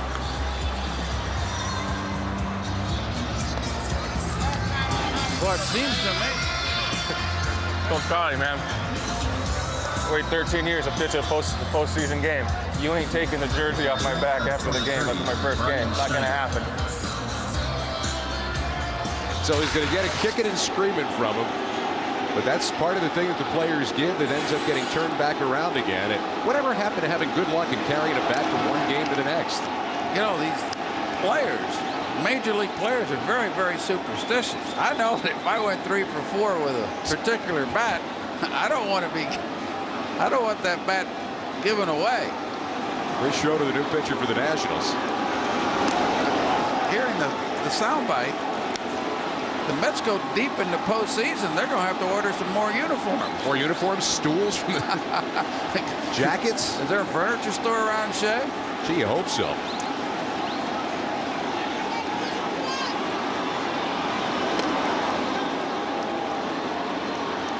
And they say that Woodward went around. Well, it leads me to wonder a little bit. Was Traxel just kidding with that young pitcher? I don't know if Mike Pelfrey was buying anyway, but in all honesty, it sounded true. I bought it. Or like, I bought most of it. I think when he got around to the stools, I think that's probably what I said. It's a little bit overboard. We'll see. The Mets are going to the postseason. Mickey LeDay was picked up to shore up the bench. Now for New York, with the pitcher's spot due up.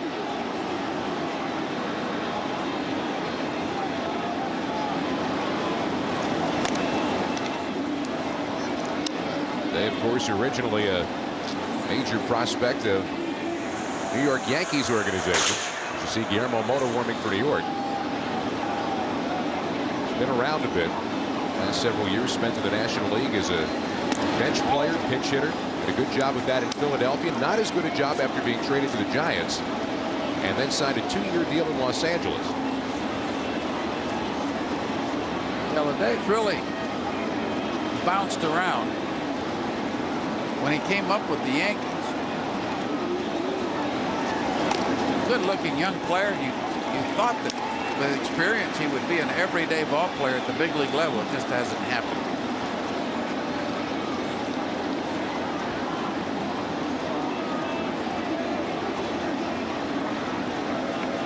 Does have a good, calm, professional presence about him, though.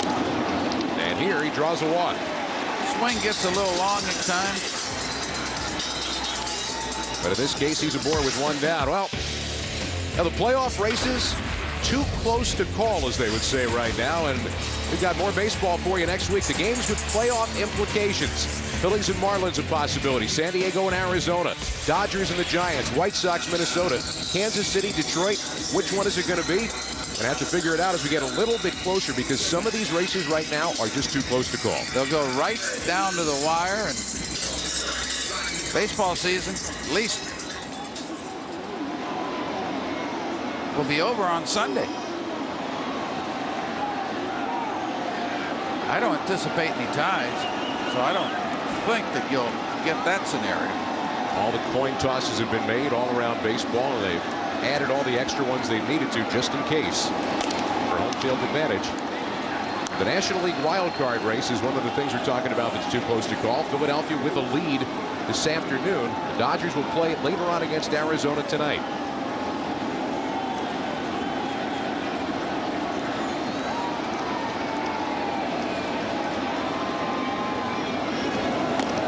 Now in the West, you have the Dodgers, who are chasing San Diego.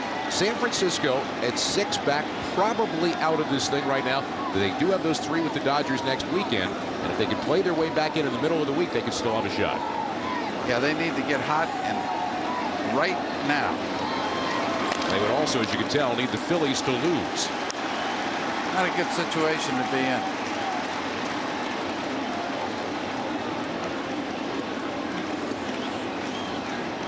Soriano to count to Jose Reyes.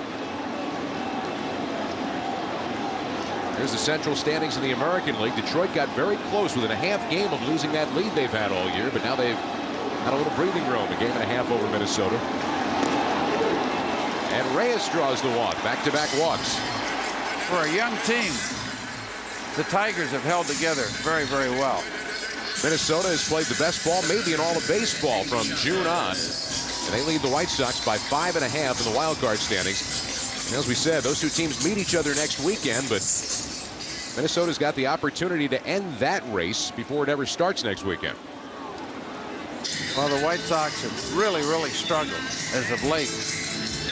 And right now, it looks like either Detroit or Minnesota, or both, will be in the playoffs.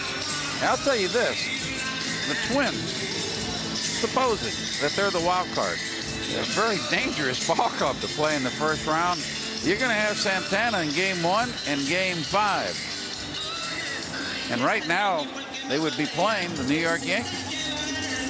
That turns into some kind of series and some kind of test for the New York Yankees out of the blocks. As you said, Minnesota has been almost unbeatable at home in this second half of the season. They played very well on that bouncy carpet, the Metrodome. Did you like playing on that bouncy carpet? Chavez looks at a strike. I enjoyed it. It's a great hitter's park. I had a little trouble at times with that white dome. I had one ball hit me on the forehead.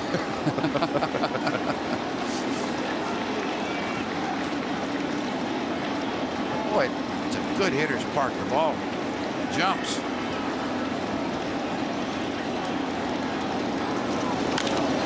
Chavez hits one in the air. Foul. It's going to be close and out of play. Well, the Twins are on the line for a new ballpark, and it would be something that would have the ability for open air play in Minnesota, which is the first time they've seen that in a long time. Well, I used to really like playing at the old Metropolitan Stadium in St. Paul, or not in St. Paul, in Minneapolis. Really, really good background to hit, and the ball really, really jumped. A little chilly in April. Cold in April, cold towards the end of September. Boy, but what hitters they had.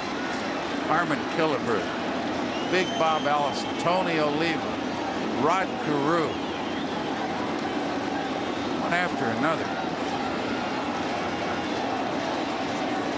Jimmy Cott pitching. Retiring as an announcer. Yep. And Chavez trying to turn a bit on that ball. Still down to the count 1-2. And Bert Blyleven and Camilo Pascual. Big old curveball. I mean, a big curveball. Got to imagine Blyleven's curveball wasn't a whole lot of fun to face. No, it buckled. Made you genuflect. 1-2 and another foul ball off the bat of Chavez. Yeah, when you faced Blyleven, felt like you were going to church a couple of times up at home plate.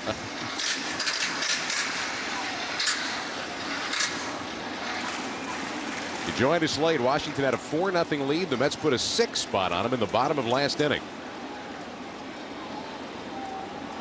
And Chavez just battling here. Forcing Schroeder to throw a lot of pitches. Putting up a really good at bat. Making Schroeder work.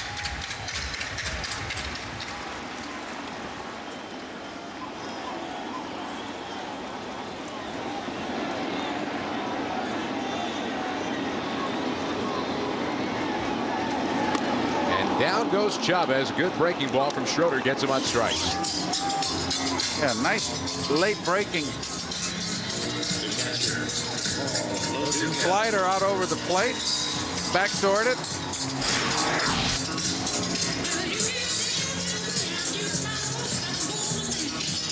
So LoDuca 1 for 3 on the afternoon.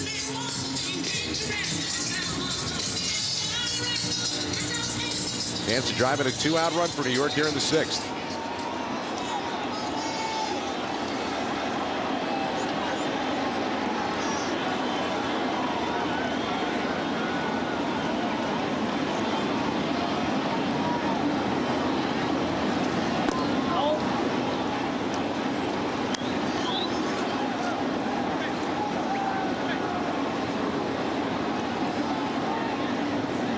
LoDuca.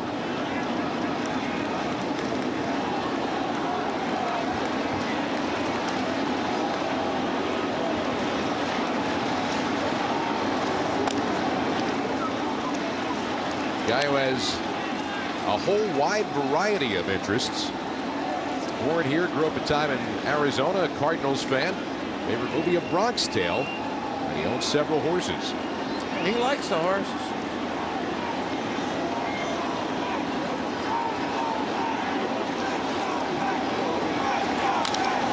Hit that ball into right field, but right there is Kearns.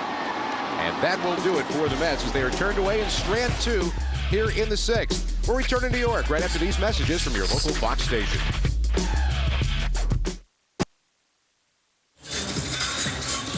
Six-4 Mets as we go to the 7th. They turn to the back end of their bullpen, and they bring on right-hander Guillermo Mota, 2-0 with a 0.63 earned run average since coming over on August 20th in a trade with the Cleveland Indians. 16 strikeouts in 14 1/3 innings of work. Now for our game summary, brought to you by Flomax. The Mets with the bat around in the 5th inning, 6 runs on 8 hits. Nationals have 4 runs, 2 of them on bases loaded walks, issued by John Maine, the starter, and Jose Reyes making trouble up at the top of the order. That's when the Mets are at their best. 2 walks, an RBI, and a stolen base. So Nick Johnson will lead it off for Washington. And Mota was a good pickup by the Mets. Really both their bullpen.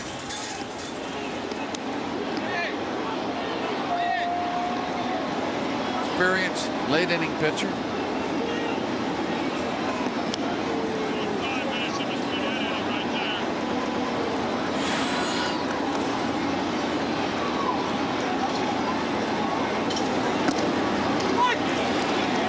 And a strike to Nick Johnson. Good sinker, good slider. Got more than a strikeout per innings pitch. You'd like to see that with your bullpen pitchers.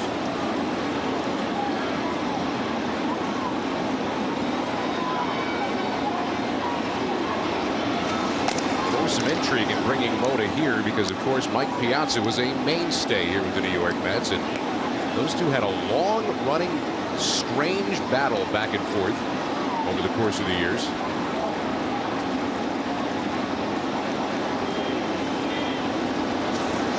And included some bench clearing brawls. Piazza seeking out Mota in a Dodger clubhouse down in spring training. Bad blood.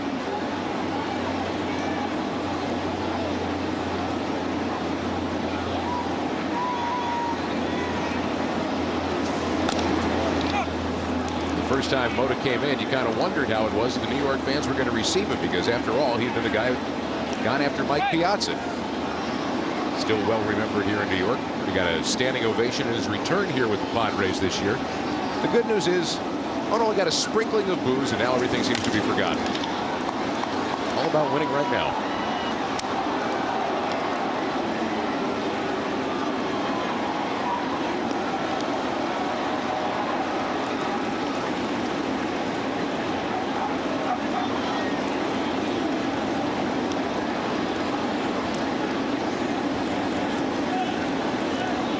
Johnson battling here, trying to get the tying run to the plate. The person of Alfonso Soriano.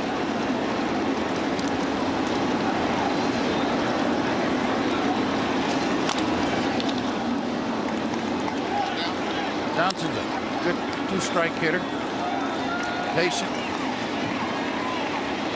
Knows the strike zone.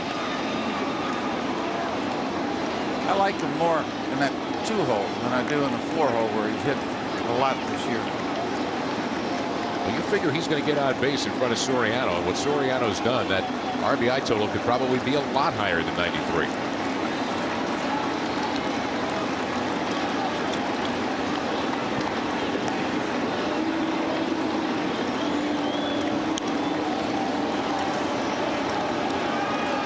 To the count.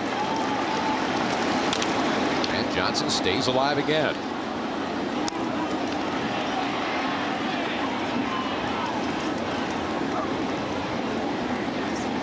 Good hitter regardless of the situation, regardless of the point of the season. Doesn't give at bats away, right, Luke?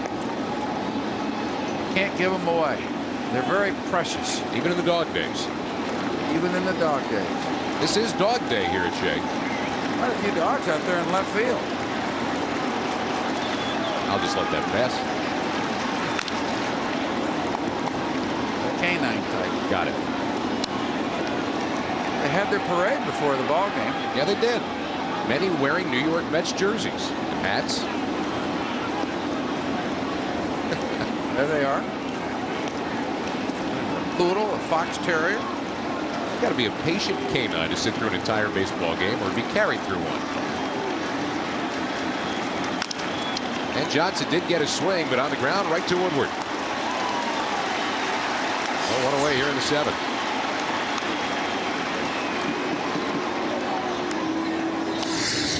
A 9-pitch at bat, but Mota gets the leadoff hitter. That means Soriano comes to the plate with the bases empty in a 2-run game.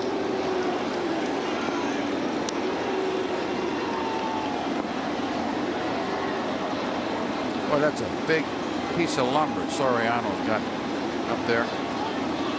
He gets that started, it's hard to stop.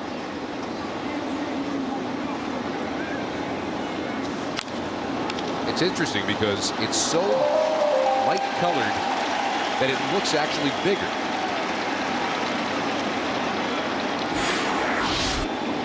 Boy, look at that late kick. Great weight shift, extension. Talented young man. Timing has to be pretty good if you're going to do that, doesn't it? Sure does. His timing was great right there. Way out of here. Alfonso Soriano with his 46th home run of the year. And it's back down to a 1-run ball game here in the 7th.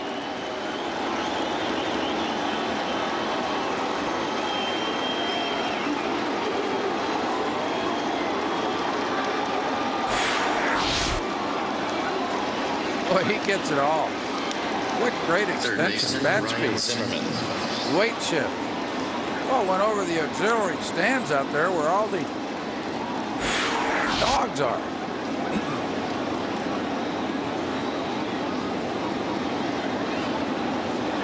A couple of them out there going to play fetch. I'll tell you this. Just look at the weight shift. Beautiful leg cock, knee cock by Soriano. Gets his weight back and then through.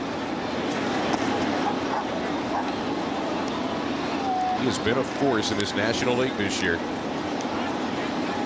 You know, when I played, they didn't teach that knee cock. Really what it does, it's a timing mechanism to get your weight back and through. Boy, it's a great way to get power into your swing. Ryan Zimmerman 1 for 3 on the afternoon. 1-2 the count to him.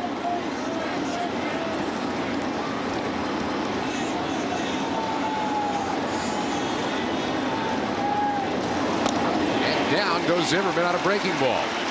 Mota snaps back to get the strikeout. Again, here you see Soriano, The right fielder, and Austin Kearns. there is that knee cock. Gets his weight back. Hands are in perfect position. And all of a sudden, here comes the weight shift. That It is looked something. fairly easy. That is something. A lot of talent right there.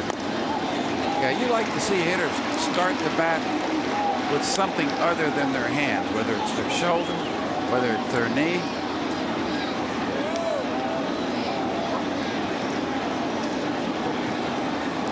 Put your hands into a set position fairly easy.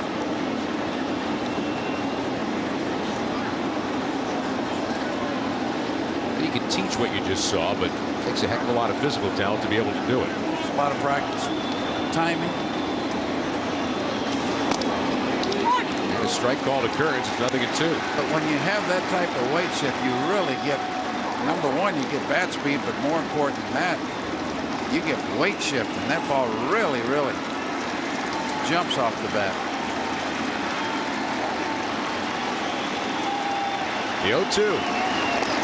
Get him to chase. 1 ball and 2 strikes.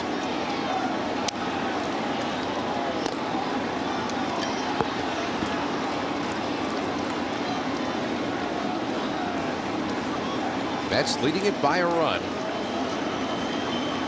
And try to wrap up this top of the 7th.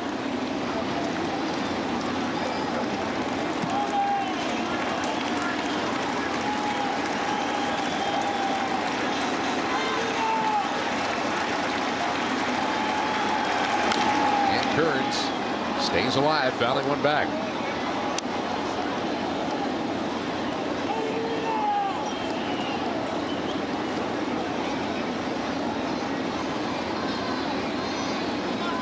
Nationals an opportunity to finish as strong as possible. They'll get a chance to do some spoiling type stuff this week. They've got the Phillies coming to town when they get back from this series. And Kearns went around. LoDuca makes the throw, and a strikeout ends the inning. Back-to-back strikeouts after the long home run by Alfonso Soriano. The man who's done it all year long for Washington has gotten them back to within 1 as we go to the 7th inning stretch.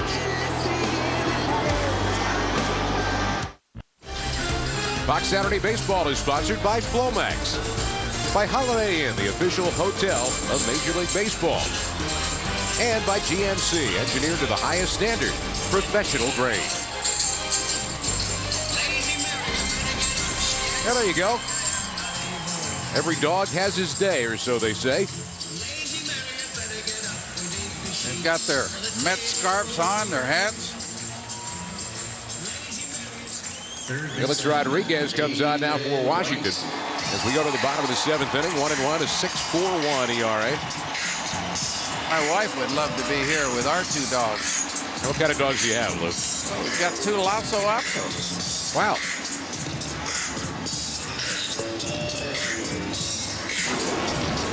Time now for our Holiday Inn Look Again Play of the Game, brought to you by Holiday Inn, the official hotel of Major League Baseball. The big swing from David Wright to put the Mets in front of that 6-run 5th. Really just his 3rd home run since he signed that big contract back in the beginning of August.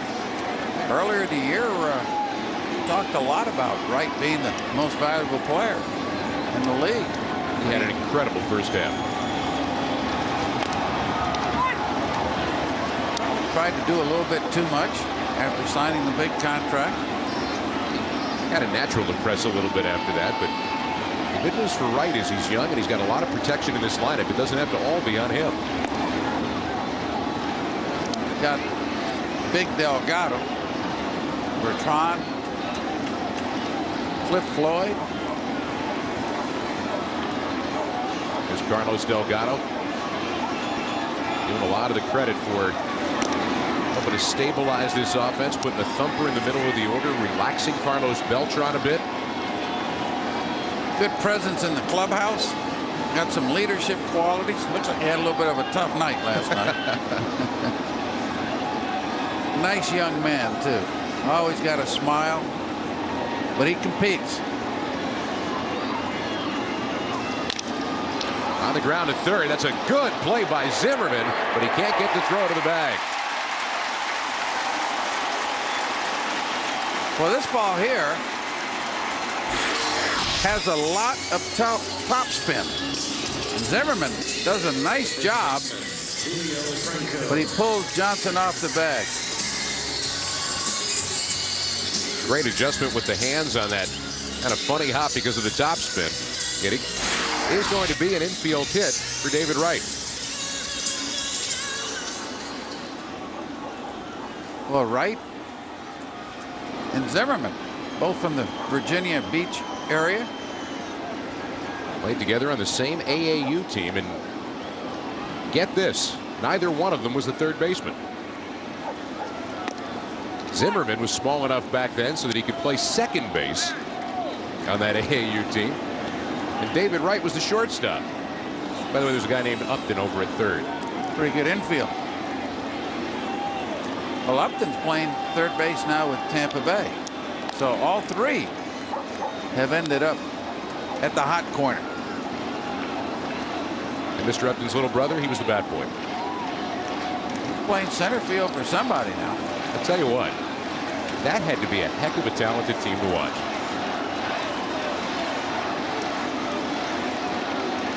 Wright taken off. And once again, Zimmerman called upon. This time he gets Franco. Now the runner advances to second.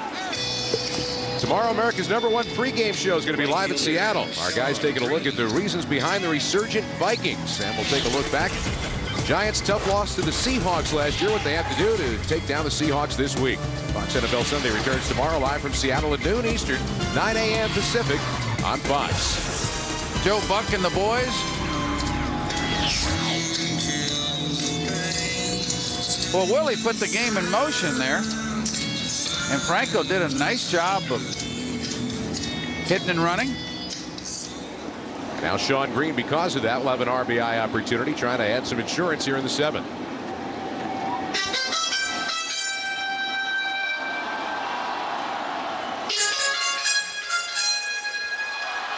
I remember Sean Green when he was with the Blue Jays.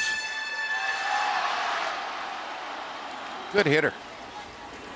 Could hit for some power. Good outfielder. Just a good all-around player. Getting the intentional base on balls here. And this probably makes sense. Go after a right-handed hitter here for Rodriguez, and a double play back in order. Well, with the pitcher coming up here a couple hitters from now, I wonder if Willie will use a Delgado or a Bertrand to pinch hit. Not a bad twosome to choose from. Nope. These are the guys who carried you all year. They're your bench here today. But for right now, they're going to leave it up to Lastings Millage, who had a big hit in this ballgame. Got the Mets their first run with an RBI single back in the 5th inning. He's 1 out of 3 on the afternoon.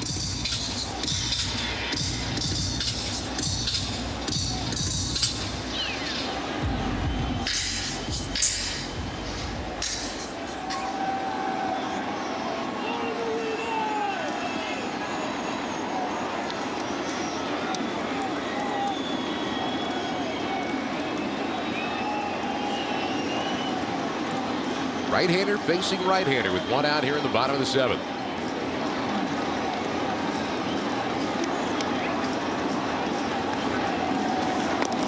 Rodriguez has always been known as a fastball slider pitcher. Especially tough over the course of his career on right-handers. Throws it from the side. Hitters give. Millage from Bradenton, Florida, down from my neck of the woods.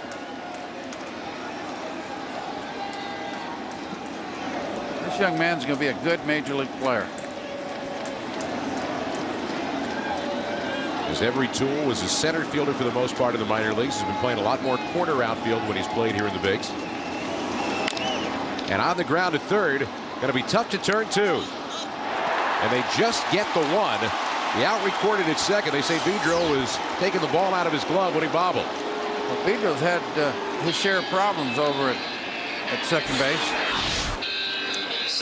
They wouldn't have turned the double play. But as you can see, Vidro can't handle the exchange and drops the ball. So with 2 down, it'll be left up to Chris Woodward with runners at first and third. Got Michael Tucker on the on-deck circle. Michael can swing the bat. We'll see if it gets there, if Woodward can keep this going. 1 for 3 on the afternoon. And the throw over. Woodward had an interesting experience with the Mets clinching. His baby daughter in Edgewater, New Jersey, with a babysitter at Cliff Floyd's place. Everybody finished their celebration. He had to go home and get the baby. Well, there was a major accident on the George Washington Bridge. Cliff Floyd called him and said, avoid the George Washington. He said, too late, I'm already on it. He sat there for 2.5 hours. It was daylight by the time he went to pick up his daughter. He didn't get back home to his place in Long Island until 7 in the morning. But it all pays off in the end. Big base hit for Woodward. It'll score a run, a big insurance run here in the 7th, and the Mets take a 7-5 lead. Well, good 2-out hitting by Woodward. He gets a breaking ball out over the plate and just goes with it. Shoots it in the right field.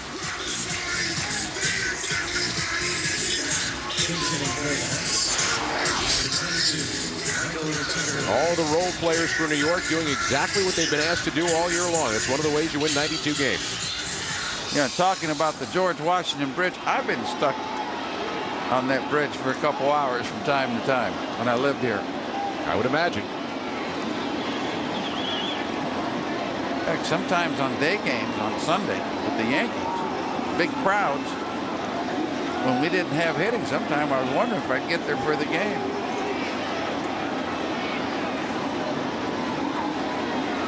Good news is you always got there. Got there. And usually my name was in the lineup, thank God. Now, did that change Lou Pinella's view of things when you were writing out lineup cards and a guy would come in maybe a little later than you wanted? Well, manager, you want to see your players there on time. Do as I say, not as I did, right?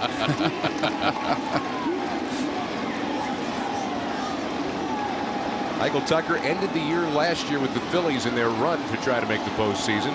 You saw a moment ago a lot of this season in Norfolk and a chance to help the Mets on their way into the postseason this year. And the count here 3-0. I'm sorry, he's a good fastball hitter. Hits right-hand pitching. Well, I wouldn't be surprised if Willie lets him swing here. It looked like the light was green, but it didn't matter. And they're loaded now for Reyes with 2 out.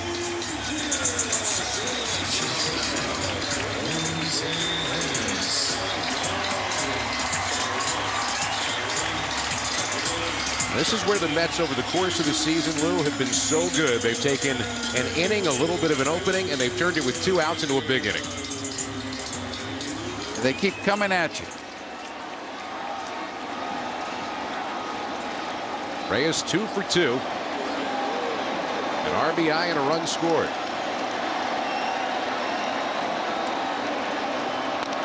You know, to me, this young man here up at home plate is the most exciting player in the National League. He might well be.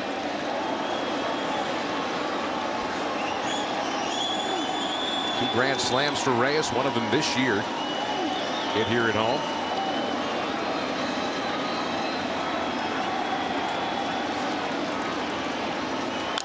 And a line drive base hit. That's going to score 2.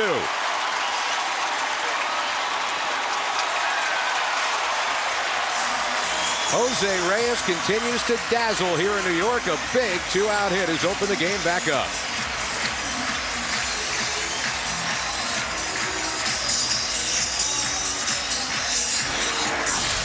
Well, the Mets have really taken advantage of that good 2-out hitting. Reyes, right out of the box, knew he had a double, hustled into second base. Pooch is nice and happy. We're assuming he's a Mets fan.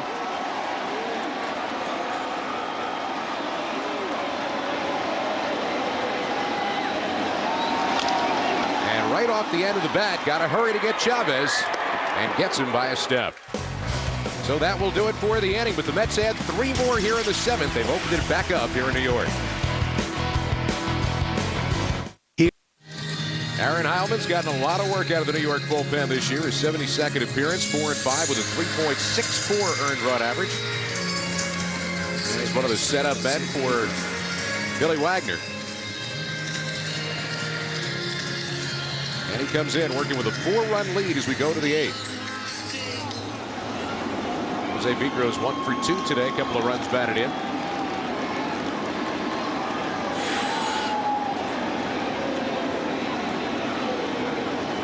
This came in the 5th inning when the Nationals were building a 4-0 lead. At first pitch swinging, Vidro will be retired easily. 1 down. Well, here is today's Pepsi double play. Not exactly your routine double play in the 1st inning. The bunt attempt, the spectacular catch by Schneider, and Reyes trying to go from first to second is thrown out. Log on today to foxsports.com and check out the Pepsi double play game. Really good heads-up baseball by the catcher. Great diving catch to start it out. And you say you can come to the ballpark any given day and see something you've never seen before? Well, there you go. A long ways for that ball, too. Caught it over by the undecked circle. Heilman's pitched 84 innings for the Mets.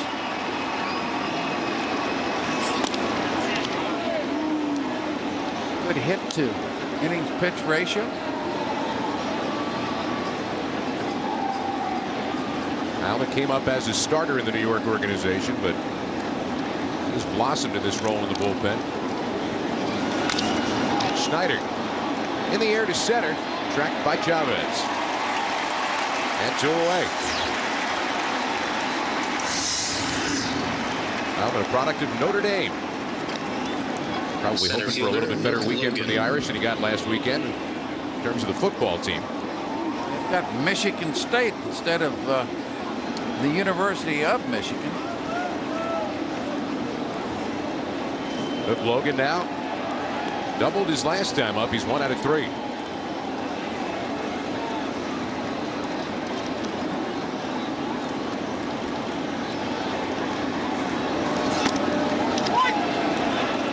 Nationals can get this young man to hit a little bit. It'll be a big plus for him for next season.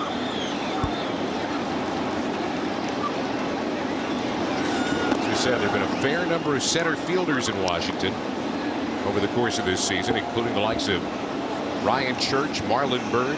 Alex Escobar was playing there when he got hurt. His career has been just riddled by injuries.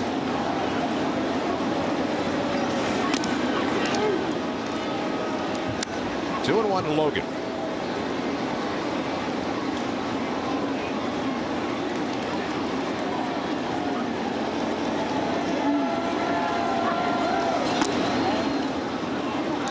Start looking at players toward the future where Washington is headed. This ball club is going to have a different look in the future. New ownership group has come in. There probably will be some pretty big changes as they point their way toward a new ballpark in 2008. They have a pretty solid nucleus of regular players at everyday positions right now. Spending some money on their farm system, their Latin American program.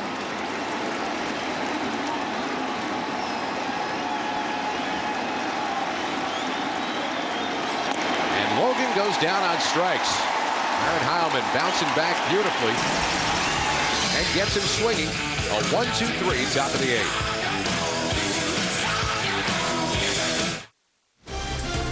Back Saturday Baseball, sponsored by Pepsi Complete. Turn a fast and long-lasting double play against heartburn. By Capital One, what's in your wallet? By Goodyear's new Eagle with Response Edge technology.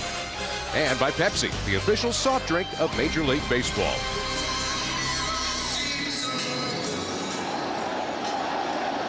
Well, here at Shea Stadium, you see the 2 big innings for New York. That's all they've needed here today. Only a 4-run lead as we go to the bottom of the 8th.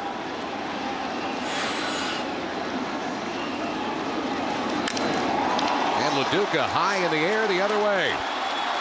And that one is gone. Home run, Paul LoDuca. That one's number 5, and it's a 10-5 ball game. And those dogs are barking.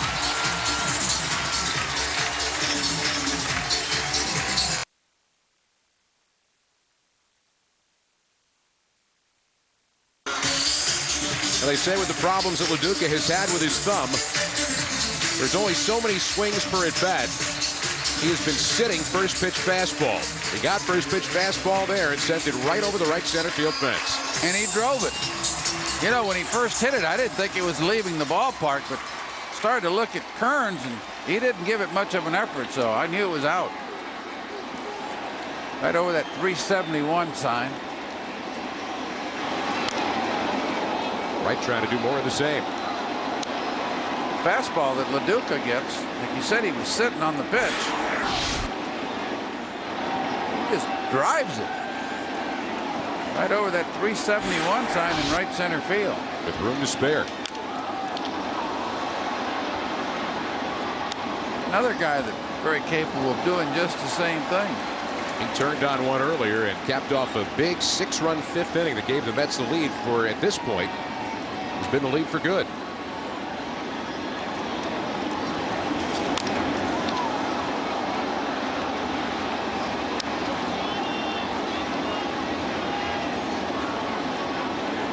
Jason Bergman, the new pitcher, who got nicked up on the first pitch he threw, a 6.67 earned run average in 26 games. Hey, with that good hitting the Mets have, it's fun being the hitting coach. Rick Downs does a nice job. Willie knew him from the Yankees. Longtime Yankee hitting coach also. Boy, it's nice to go down into that cage and work with Reyes and LoDuca Belcher and Wright. Delgado, And yeah. there you go, on and on. And a pop-up in a tough spot. They're converging, and a collision in the outfield. And Johnson is hurt.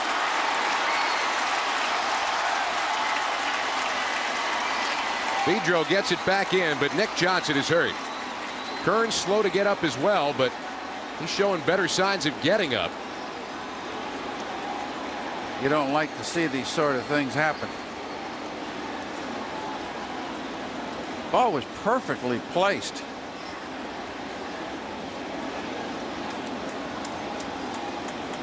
Well, you saw the collision coming when nobody was really going to get to that ball.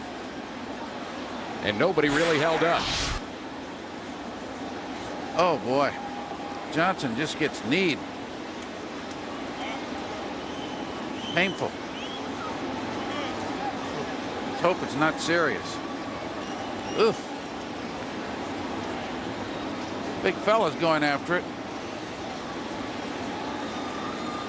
That is a lot of initial pain for Nick Johnson. We're just talking about Johnson staying out of injury problems this year. Hope it's just a loss of wind.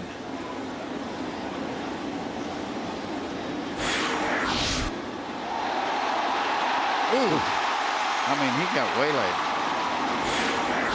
Yeah, that was tossing the glove, tossing the hat. He knew he was down for the proverbial count at that point. We'll take a break as they tend to Nick Johnson here at Shea Stadium, New York. We hope he's okay with the Mets up 10-5.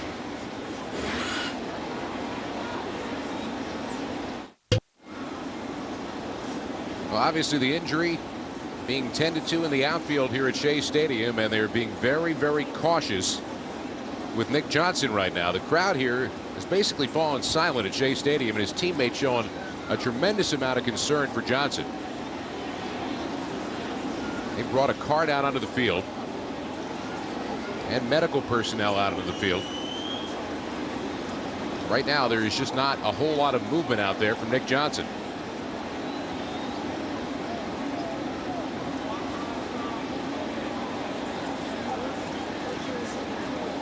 Let's just hope that it's not serious. Hopefully he got the wind knocked out of him.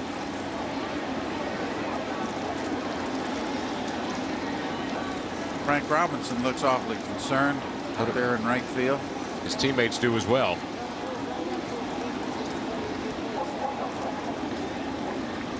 Just a pop-up that was perfectly placed between second baseman, first baseman, and the right fielder.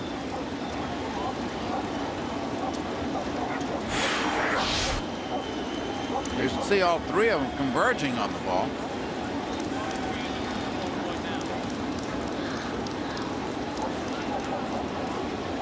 Right away, Johnson gets the worst of it. So as they tend to things here, we'll check in with Jeannie Zalasko in Los Angeles. And we bring you news from Philadelphia. Tom Gordon getting the call in Philly, and the Marlins immediately dial out. Miguel Olivo hits a home run, and then Hanley Ramirez adds one. And the Marlins are battling back in this one, top 9. But the Phillies still out in front, 8-6. So late inning game drama in Philadelphia. Different kind of drama here in New York in the 8th inning. And the kind you never want to see. Austin Kearns, who was involved in that collision with Nick Johnson. Scary. Now, you don't ever want to speculate because we are not down there to be able to tell you what's going on. But the fact that they are rolling him onto a device to take him off the field is not a good sign. Once again, you have to use extreme caution in any kind of a situation like this with a player who was injured on the field. Kearns just distraught. A few moments after he rolled over and got back up and started talking to Johnson, he immediately began waving for the medical personnel to come out.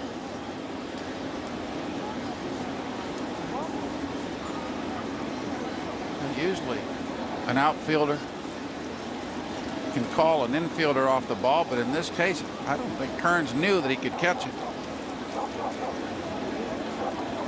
They are immobilizing right now, it would appear, his leg and protecting it as best they can.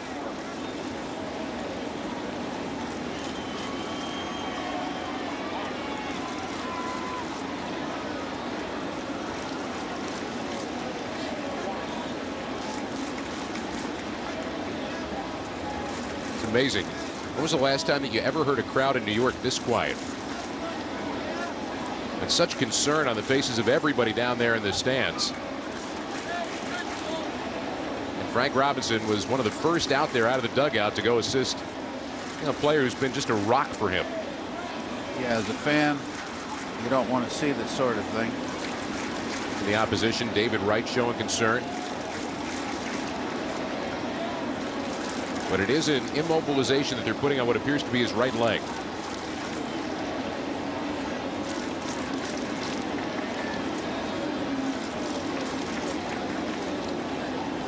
Something that happened this late in the season.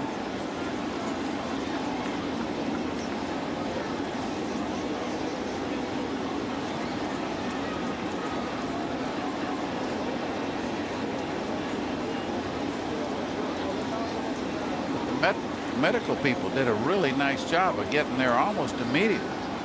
Getting there immediately, and it looks like they have the proper way of being able to take him to where they've got to take him to get whatever treatment here is going to be necessary. Nice gesture by Mets manager Willie Randolph. He's out there also. You can see that Nick Johnson is just in a world of pain right now.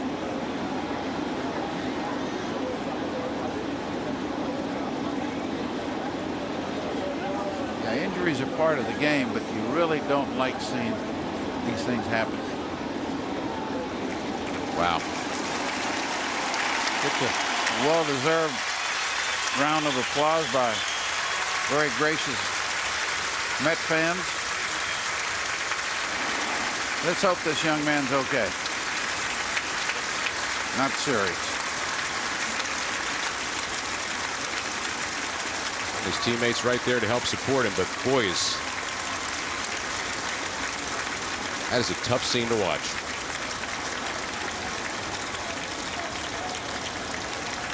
Yeah, as you can see, he's in a lot of pain, a lot of discomfort leaving the field. And you're right, they have immobilized his right leg.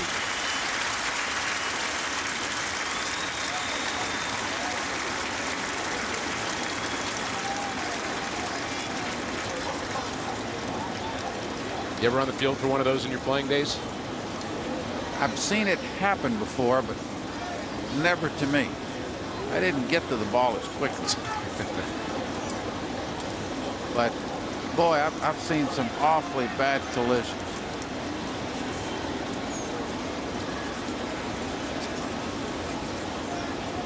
fun to watch. A lot of emotion from Austin Kearns out in right field. Your attention, please. Now playing first base for the Nationals, number 13, Robert Fick. Yeah, you can see the consternation, almost crying a little bit. You get two athletes that are running at top speed at one another like that. You get out of control as you're trying to make a play, selling out to try to make a play, and something like that could happen. And every athlete knows that when he walks out onto the field. Well, like we talked about, injuries are part of the game. They happen at the most unexpected times. Earlier this year in Chicago, Chase Utley and Aaron Rowan, infielder and outfielder meeting, and Rowan ended up getting carried off the field, thought he might be okay. It turned out he had a broken ankle in that collision. Utley wasn't the same for a couple of days afterwards. The good news for Kearns is that he seems to be all right. That's not going to make him feel any better right now. No, unfortunately.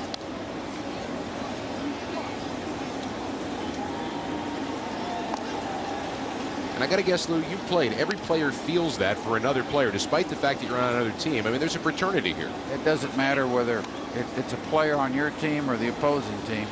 You feel bad. You don't like to see those things happen. You know that could happen to you. Kearns going to come out of the ballgame, and George Lombard is going to replace him out in right field. Robert Fick has already replaced Nick Johnson over at first base. And Kearns gets a hand from the crowd, but Your attention, please. Now in that's right a tough field moment for to the watch. Nationals, number 17, George Lombard.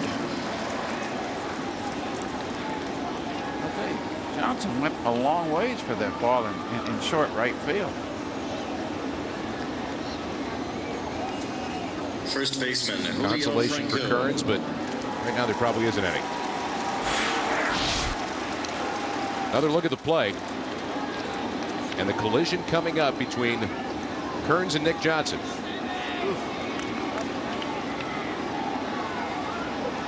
Vidro has a presence of mind. Oh, right away you can see Vidro is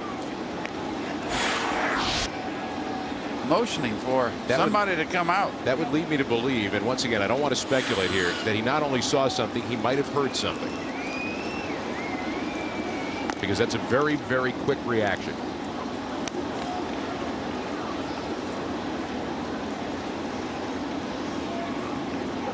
Game got to take second place now. A strike to Franco, 1-1.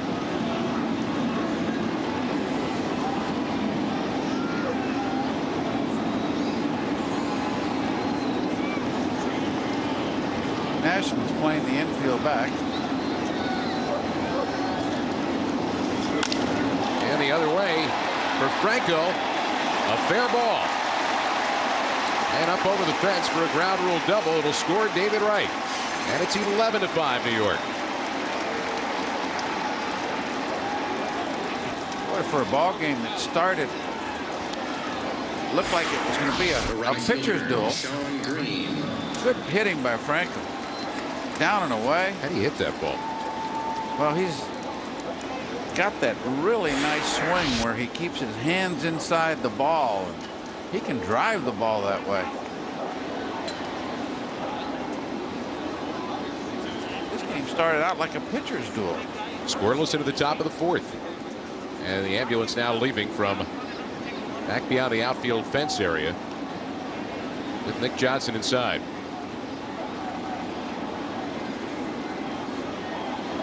You know it's a serious injury. You hope it's nothing beyond just right now, nothing that's long lasting, nothing that would affect him in the future.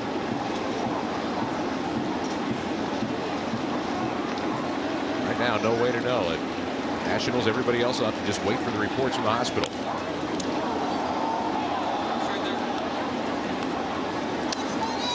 That ball didn't miss up here by too much, Scott. Have you ever caught a foul ball coming your way? Caught a couple. It's something I've never done. I've only been up here for a year. I've been taught by people that I've worked with in the past, so the best way to catch them is to wait till they stop rolling. in the air on the left side. Zimmerman, good job of getting there. Did he catch it? Oh, he caught it. The umpires didn't see whether he caught it or not. He comes up with the ball. The fans are saying no. And now they're going to have to confer. I don't know what Tim McClellan's doing. Well, they look back for help because the third base umpire, Fielding Cobra, said, I lost sight of it. Well, everybody lost sight of it. This is a really, really nice play by Zimmerman. Times it perfect. There was a little interference by this fan, but the ball was in the stands, so he's got a right to try to catch it. I think he caught it. Nice play. Get a view right here. Here it is right here. Yeah, he caught it. What a catch. The black glove. Unbelievable catch. Makes the play. That's amazing. Really a nice play. Now, I don't know what the problem here is. Without having seen it being caught, now the question is, did he keep the ball when he went down? Did it pop back out again? That you don't know. Take another look. What a presence of mind. Look at the concentration. Finds the wall just right, times it. That was he caught spectacular. that. I think which probably. Now, did it come out when he looked back down there? I don't think so. I think the umpire is saying that he was in the stands as opposed to being on the field. But I'll tell you this, I think he times this absolutely perfect. Makes a heck of a play. I think if you go back to the other shot, it looks by all rights like they're not going to award him that great catch. If you go back to the shot that we saw originally from the field, where you see the youngster that is trying to go for the ball, that Zimmerman makes the catch and the youngster looks down very quickly. Well, and you can see here that he's still on the field as he makes his play, and the momentum takes him over. See that youngster right there looking like he's going for a ball? The question is, did it come out and did Zimmerman pick it back up? And the umpire is saying, I can't see it. I can't see it. Now, he was right there. Wow. I don't think that was a very good call. I think that was one heck of an athletic play. It really was.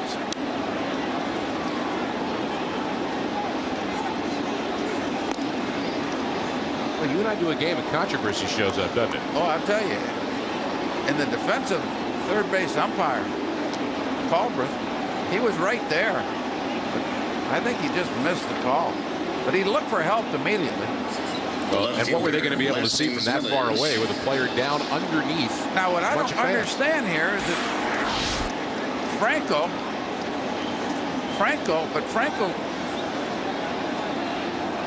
yeah, the umpire says, I can't see it. I can't see it. It's obvious. There you go. Yeah, I can't see it. But I don't understand why. Well, they gave him the out, but why is Franco on third base? That's a very good question. Oh, because the guy caught the ball on the field and went into the stands. And I think you get a base for that. I wish I had a rule book up here. You do. As it is, it's going to be a run.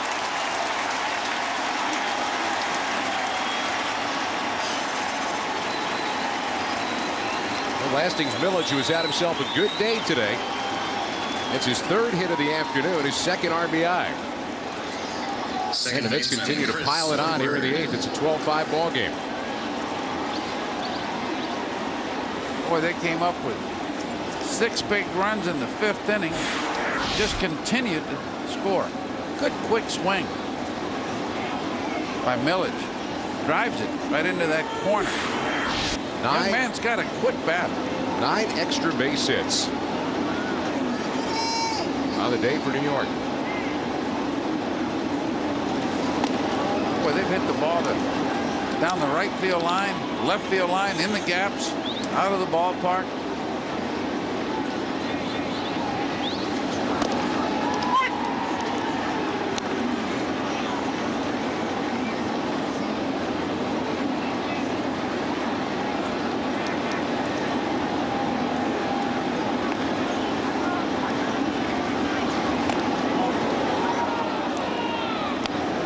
Balls and a strike now.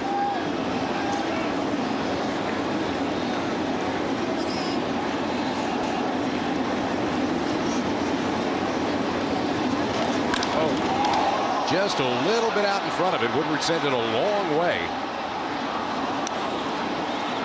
The Lodes level here at Shea Stadium. Just a little bit quick. Wicket's right. Really a nice swing. He's had a good day. 2 hits. What, Bergman is not fooling too many people. And once again, out in front of it. That was a breaking ball there that just hung right over the middle part of the plate.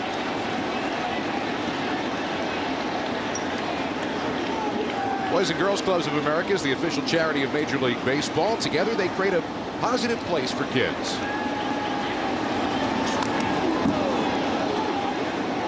The count holds it 2-2 to Chris Woodward. 3 runs across for New York here in the 8th. I remember my growing up days going over to the boys club over in West Tampa. Willie Wagner ready to go for the Mets. Obviously going to get the work in today despite the big lead here. And that is strike 3 to Chris Woodward. I think Milwaukee. It wasn't that bad a pitch. But umpire Walker's probably a little tired. Seen a lot of pitches. That he has.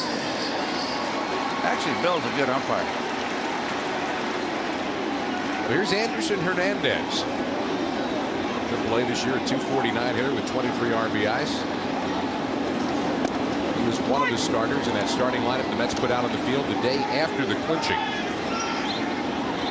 It had a decidedly different look, including Julio Franco playing his first game at third base since 1982.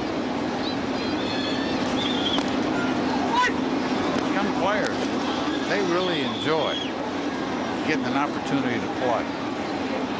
Show Willie and Mets organization what they're capable of doing. An exciting time for them. It really is. Facing up high and fouling it away. What an experience to come up here and experience a clinching party at the big league level. Of course, these guys couldn't quite enjoy it as much because they all knew they were going to be in the lineup the next day. True.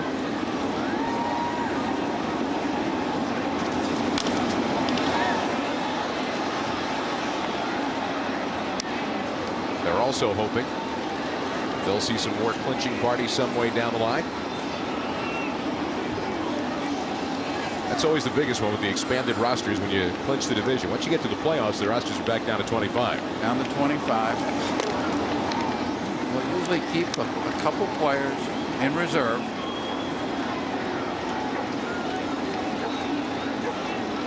Just can't stay dressed for the ball games, but they can work out with the ball club, travel with the team. And a called third strike to Hernandez will bring the inning to an end. It was a wild roller coaster of an emotional 8th inning here at Shea.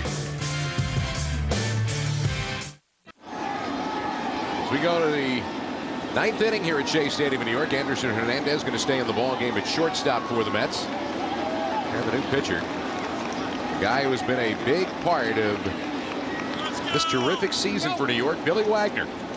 3-2 with 2.08 ERA and 39 saves in 67 games this year. Coming off a very good season in Philadelphia, signed a huge free agent contract here in New York that'll keep him here for 4, maybe even 5 years. After this first year, that deal is certainly paying off for the Mets. Getting some work here in this 12-5 ball game. And he's been pitching exceedingly well the past month and a half or so. Big key for the Mets in postseason. See your closer pitching good baseball and getting the job done. Wagner with that power fastball and hard slider. Now, Lou Pinella, in your years as a player and manager, you certainly had a good feel for things. Rule 7.04C. If a fielder having made a legal catch should fall into the stands among spectators, the ball is dead. Each runner shall advance 1 base. That's exactly what happened. Melvin Dorr to go on the other way on Billy Wagner in a leadoff double for the Nationals. They got a lot of ground to make up here in the 9th inning.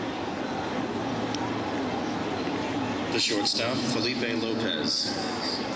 This is what we were talking about. Zimmerman making a spectacular. Yeah, he's still in the field, makes the play, and then goes in the stands. And that means one base, which is why Franco went to third. As it turns out, the next couple of pitches later was a double for Millage. Wouldn't have mattered anyway, but at least we know the answer.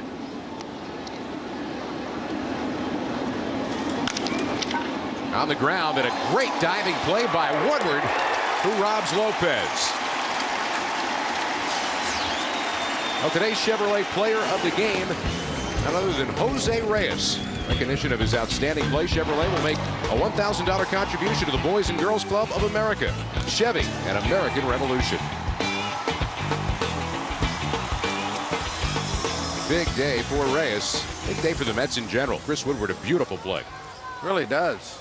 Ranges far to his left. Makes really a nice play. And Lopez can fly. This play will be a lot easier. It's also going to produce a run.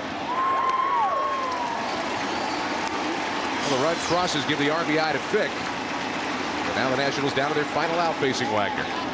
The left fielder, Alfonso Soriano.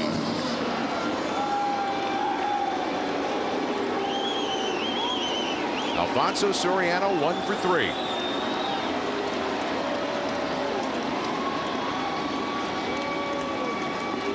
46 long flies. One today that might very well still be going. Let's not forget, he's hit 46 long balls this year, and he plays in a big ballpark at home. You don't pull it, the ball doesn't carry all that well at JFK. RFK. Probably didn't do it all that well at JFK in Philadelphia either back in its old football playing days, but well, that is a huge ballpark. It was a point of contention for the players last year. Not nearly as much this year. I guess maybe when you watch Soriano doing what he's doing, it's not as easy to say, hey, you can't hit the ball out here. Well, he can. I remember talking a few times with Mitchell Page. Did a ball game earlier in the year. He was talking to most of his players about trying to stay on top of the ball so they wouldn't hit the ball in the air that much. But Soriano doesn't seem to matter.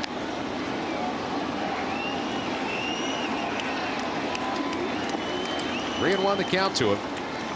Last hope for Washington to keep this game alive here in the 9th. And a little fist shot does keep it alive in left center.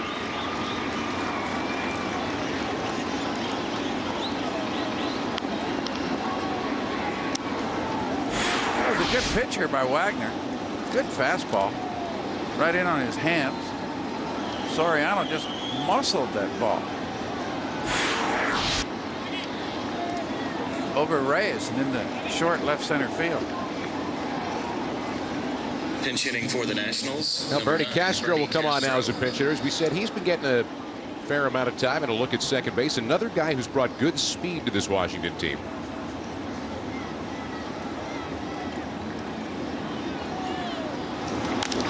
And strike one to Castro. He's got the shorter version of Soriano leg kick. Switch hitter batting from the right side. And chasing there. He's down on the count, 0-2.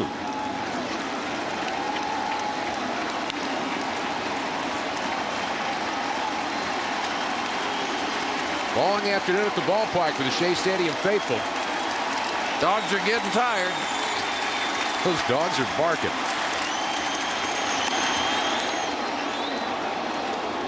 One ball and 2 strikes to Castro.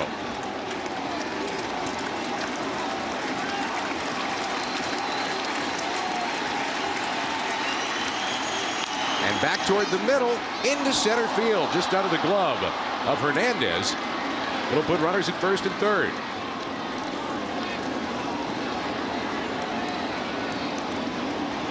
.25 base hits in this ball game. Scoreless into the 4th. 18 runs, scoreless into the 4th. The This right ball just fielder, eludes George a diving Lamar. shortstop Reyes finds its way in the short center field. And now George Lombard will get his first turn. Good numbers in 62 games in AAA in New Orleans this year. And the Mets are on the verge of winning their 93rd game here right now. As dominant as they've been, I got to tell you something. This tells me a lot about a team that can win 116 games like the one you had. Because these guys are probably not going to win 100. Well, I had a really special ball club in Seattle. We had good pitching, really good defense. We had good team speed. You had 25 players that really, really pulled together. Coaching staff did an outstanding job. And Lombard looks at strike two. But boy, I had good closer. I had good lefty-righty people set up. They had all the ingredients. It's the only thing that happened that particular year. The Yankees sent us home in the American League Championship Series. Billy Wagner trying to close this one out. And does not, just wide of the plate.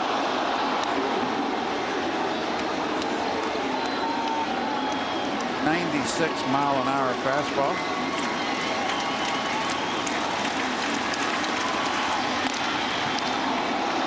One of the things that Billy has also found is he doesn't have to throw the ball at 100. 96 is plenty if you can locate it. Get your slider over. Fastball, slider, and he's looking awfully good.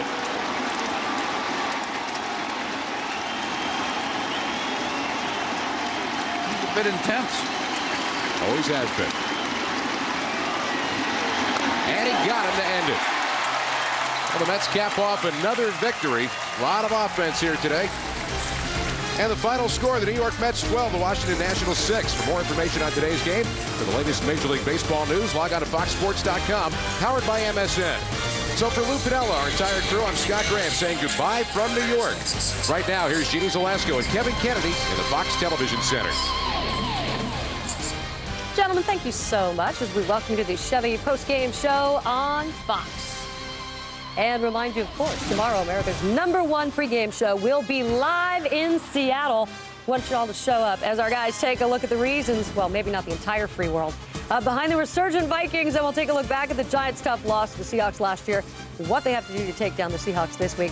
Fox NFL Sunday returns tomorrow live from Seattle at noon Eastern, 9 a.m. Pacific, only on Fox. And the Mets, of course, cruising to the NL East title, and the Nationals getting a taste of exactly why this team has had such, I wouldn't say an easy season, but they've made it look so simple. Well, you know, nothing's easy when you take over the Atlanta Braves after 14 straight division titles. But Omar Minaya put together a strong ball club, and he didn't stop all season long, acquiring the right pieces at the right time, even getting Roberto Hernandez in a trade for Xavier Nady from the Pirates when Juaner Sanchez went down with his injury in the calf.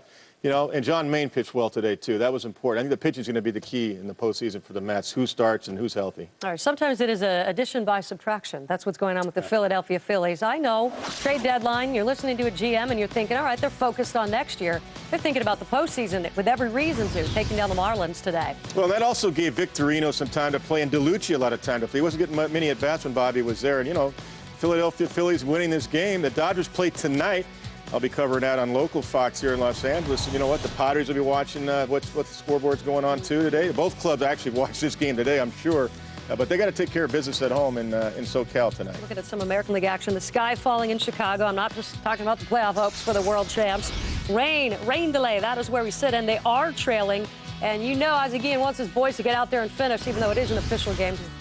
Looking at the wild card, that's pretty much all that's left. The pitching hasn't been the same. I mean, you get beat up by Seattle last couple of games, that's not going to get it done. I mean, that's just the fact. It's not the same ball club as a year ago. The Angels, Jeannie, they look like they're done. I mean, that was a huge loss last night. I mean, the magic number really for Oakland is 2. If Oakland wins, it's over. They win the championship. All right, in the game that you just saw, of course, the Mets taking it 12-6. And just a quick update, Nick Johnson, I literally just got off the phone, and really there's nothing to say at this point.